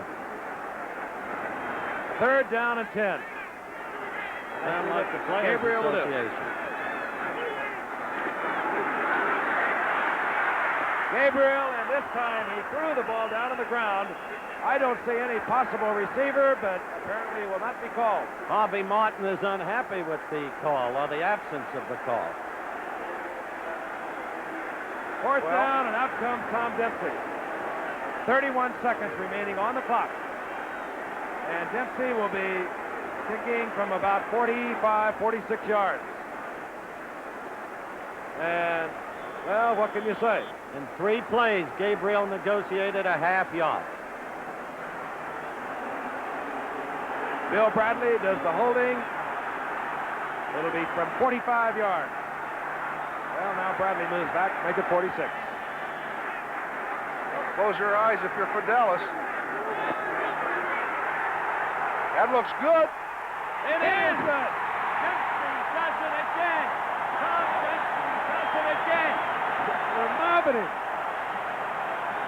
He saved this game in more ways than one. He stopped Dennis Morgan after he kicked off the last time, and Morgan would have gone all the way probably if Dempsey had not made the tackle.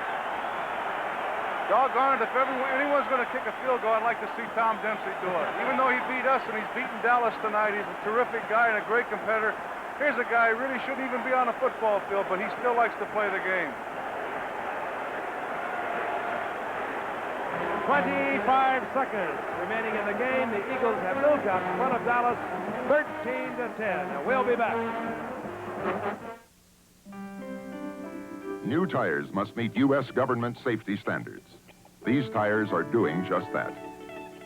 Only these tires aren't exactly new. They're the same set of Sears steel-belted radials that ran the back roads of Morocco.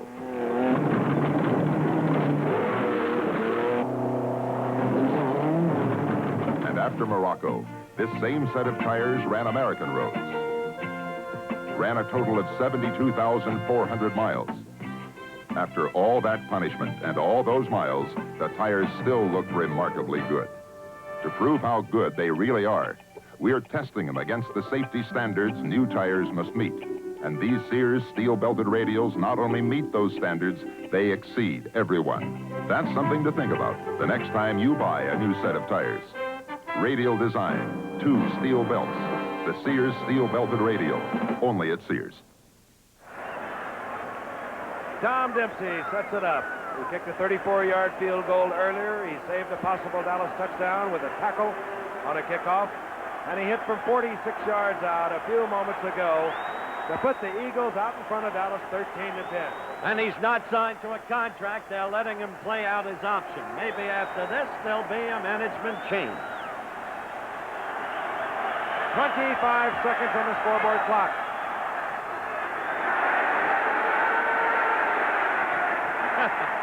Dennis Morgan fields it at the 12. Struggling to get out of bounds, and he does not get out of bounds. Hit there by Marion Reeves. 21 seconds left in the game. There it is. Well, there's a little rhubarb going on. They're questioning each other's ancestry now, I think, Frank. Well, they just scramble around a bit.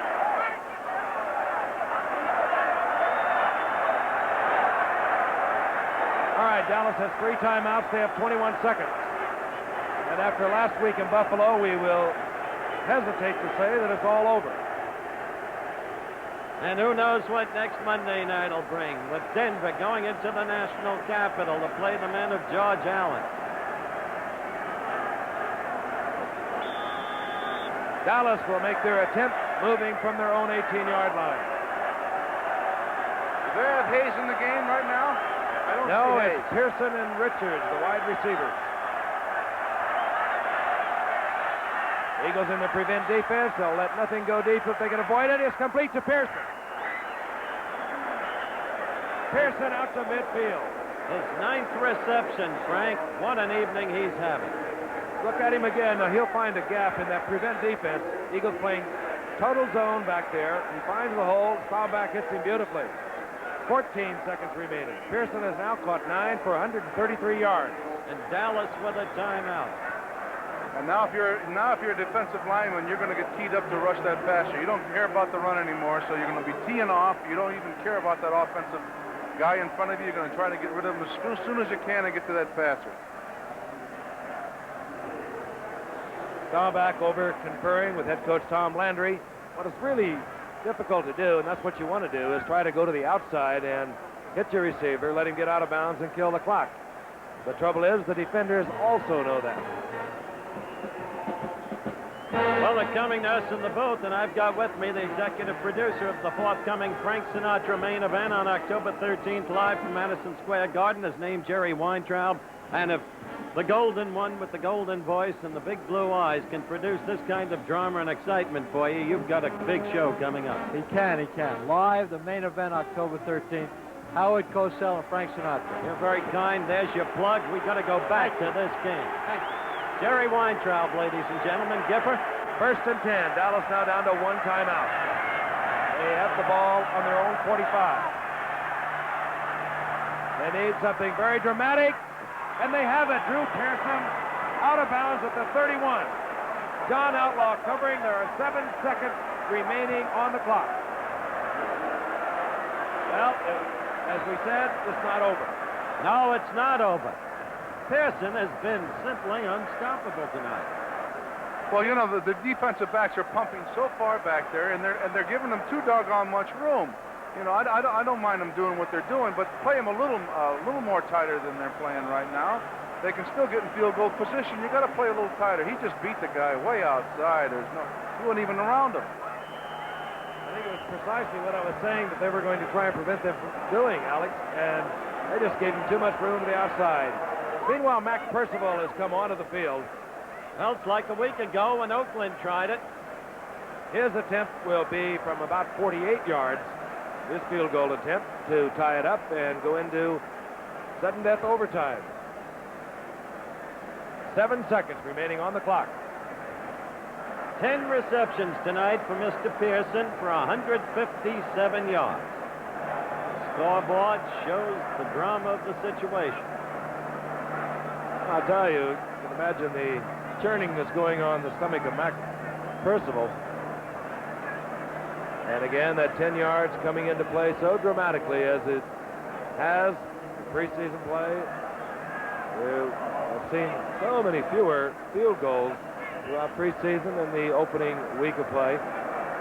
Send a letter to Alvin Pete Rozelle, will you, Gav? Thank him for these games, the schedule, as far as we've gone.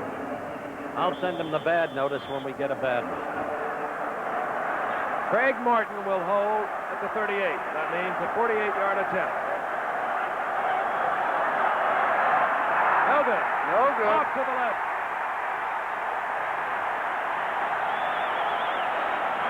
And 2 seconds remaining on the clock. Well, I guess we could safely say it's all over. The Philadelphia Eagles have won this football game.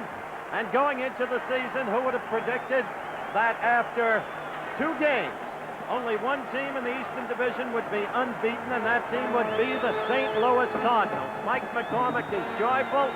Tom Landry, in the play of the coach's faces, is disconsolate. The apparent inscrutability is there as he chews the gum, but as Frank said, things churn inside this man. Another National Football League upset on Monday Night Football. 385 yards of offense for Dallas, 167 for Philadelphia. Mac Percival on the bench. Should not be too dejected. A 48-yarder, possible, but not terribly realistic. That's it. Philadelphia has won their first game of the year, and Roman Gabriel takes the football off the field. Mike McCormick looking for Tom Landry, and Tom Landry heading to the locker room. And you know that this man feels this loss of the game. Hates to lose any of them, but when you dominate as they did tonight, well, it hurts a little more. And Mike McCormick turned the Eagles around last year with a real fine finish, coming up with a 5-8-1 season. As a team, this is definitely going to be a contender, and they are for real. Philadelphia Eagles 13, the Dallas Cowboys 10. We'll be back in just a moment.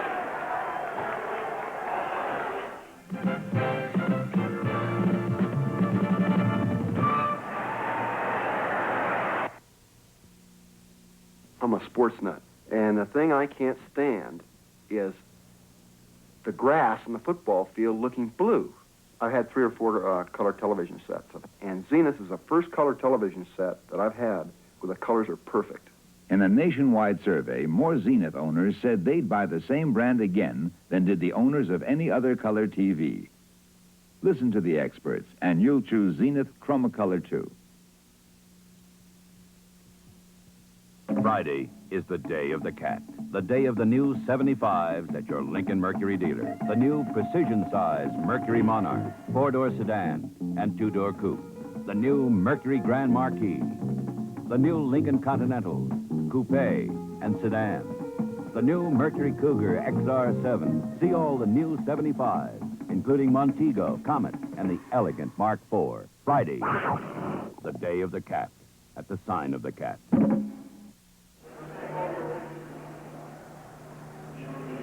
So again, the Philadelphia Eagles have defeated the Dallas Cowboys 13-10. ABC's NFL Monday Night Football continues next Monday night when the Denver Broncos meet the Washington Redskins. The executive producer of NFL Monday Night Football is Boone Arledge. Coverage of tonight's game was produced by Don Ohlmeyer, directed by Chet Forty. Our technical director, Bill Morris, our associate director, Dick Buffington. Don't forget that this Saturday, ABC's Wide World of Sports will bring you the always popular Harlem Globetrotters performing in London. And at the mic, a former Globetrotter himself, Will Chamberlain. Also featured will be the 25th running of the famed Southern 500 stock car race from Darlington, South Carolina, featuring defending champion Cale Yarborough. That's ABC's Wide World of Sports this Saturday at 5 Eastern and Pacific Time, 4 Central, over most of these ABC stations. Once again, the final score, Philadelphia 13, Dallas 10. This is Frank Gifford along with Howard Cosell, Alex Karras, saying so long from the Veterans Stadium in Philadelphia, Pennsylvania. Travel arrangements made through and a promotional fee paid by United Airlines. There's a new spirit, a new look in the friendly skies. Catch the spirit of friendship service. The proceeding was a presentation of ABC Sports, recognized around the world as the leader in sports television.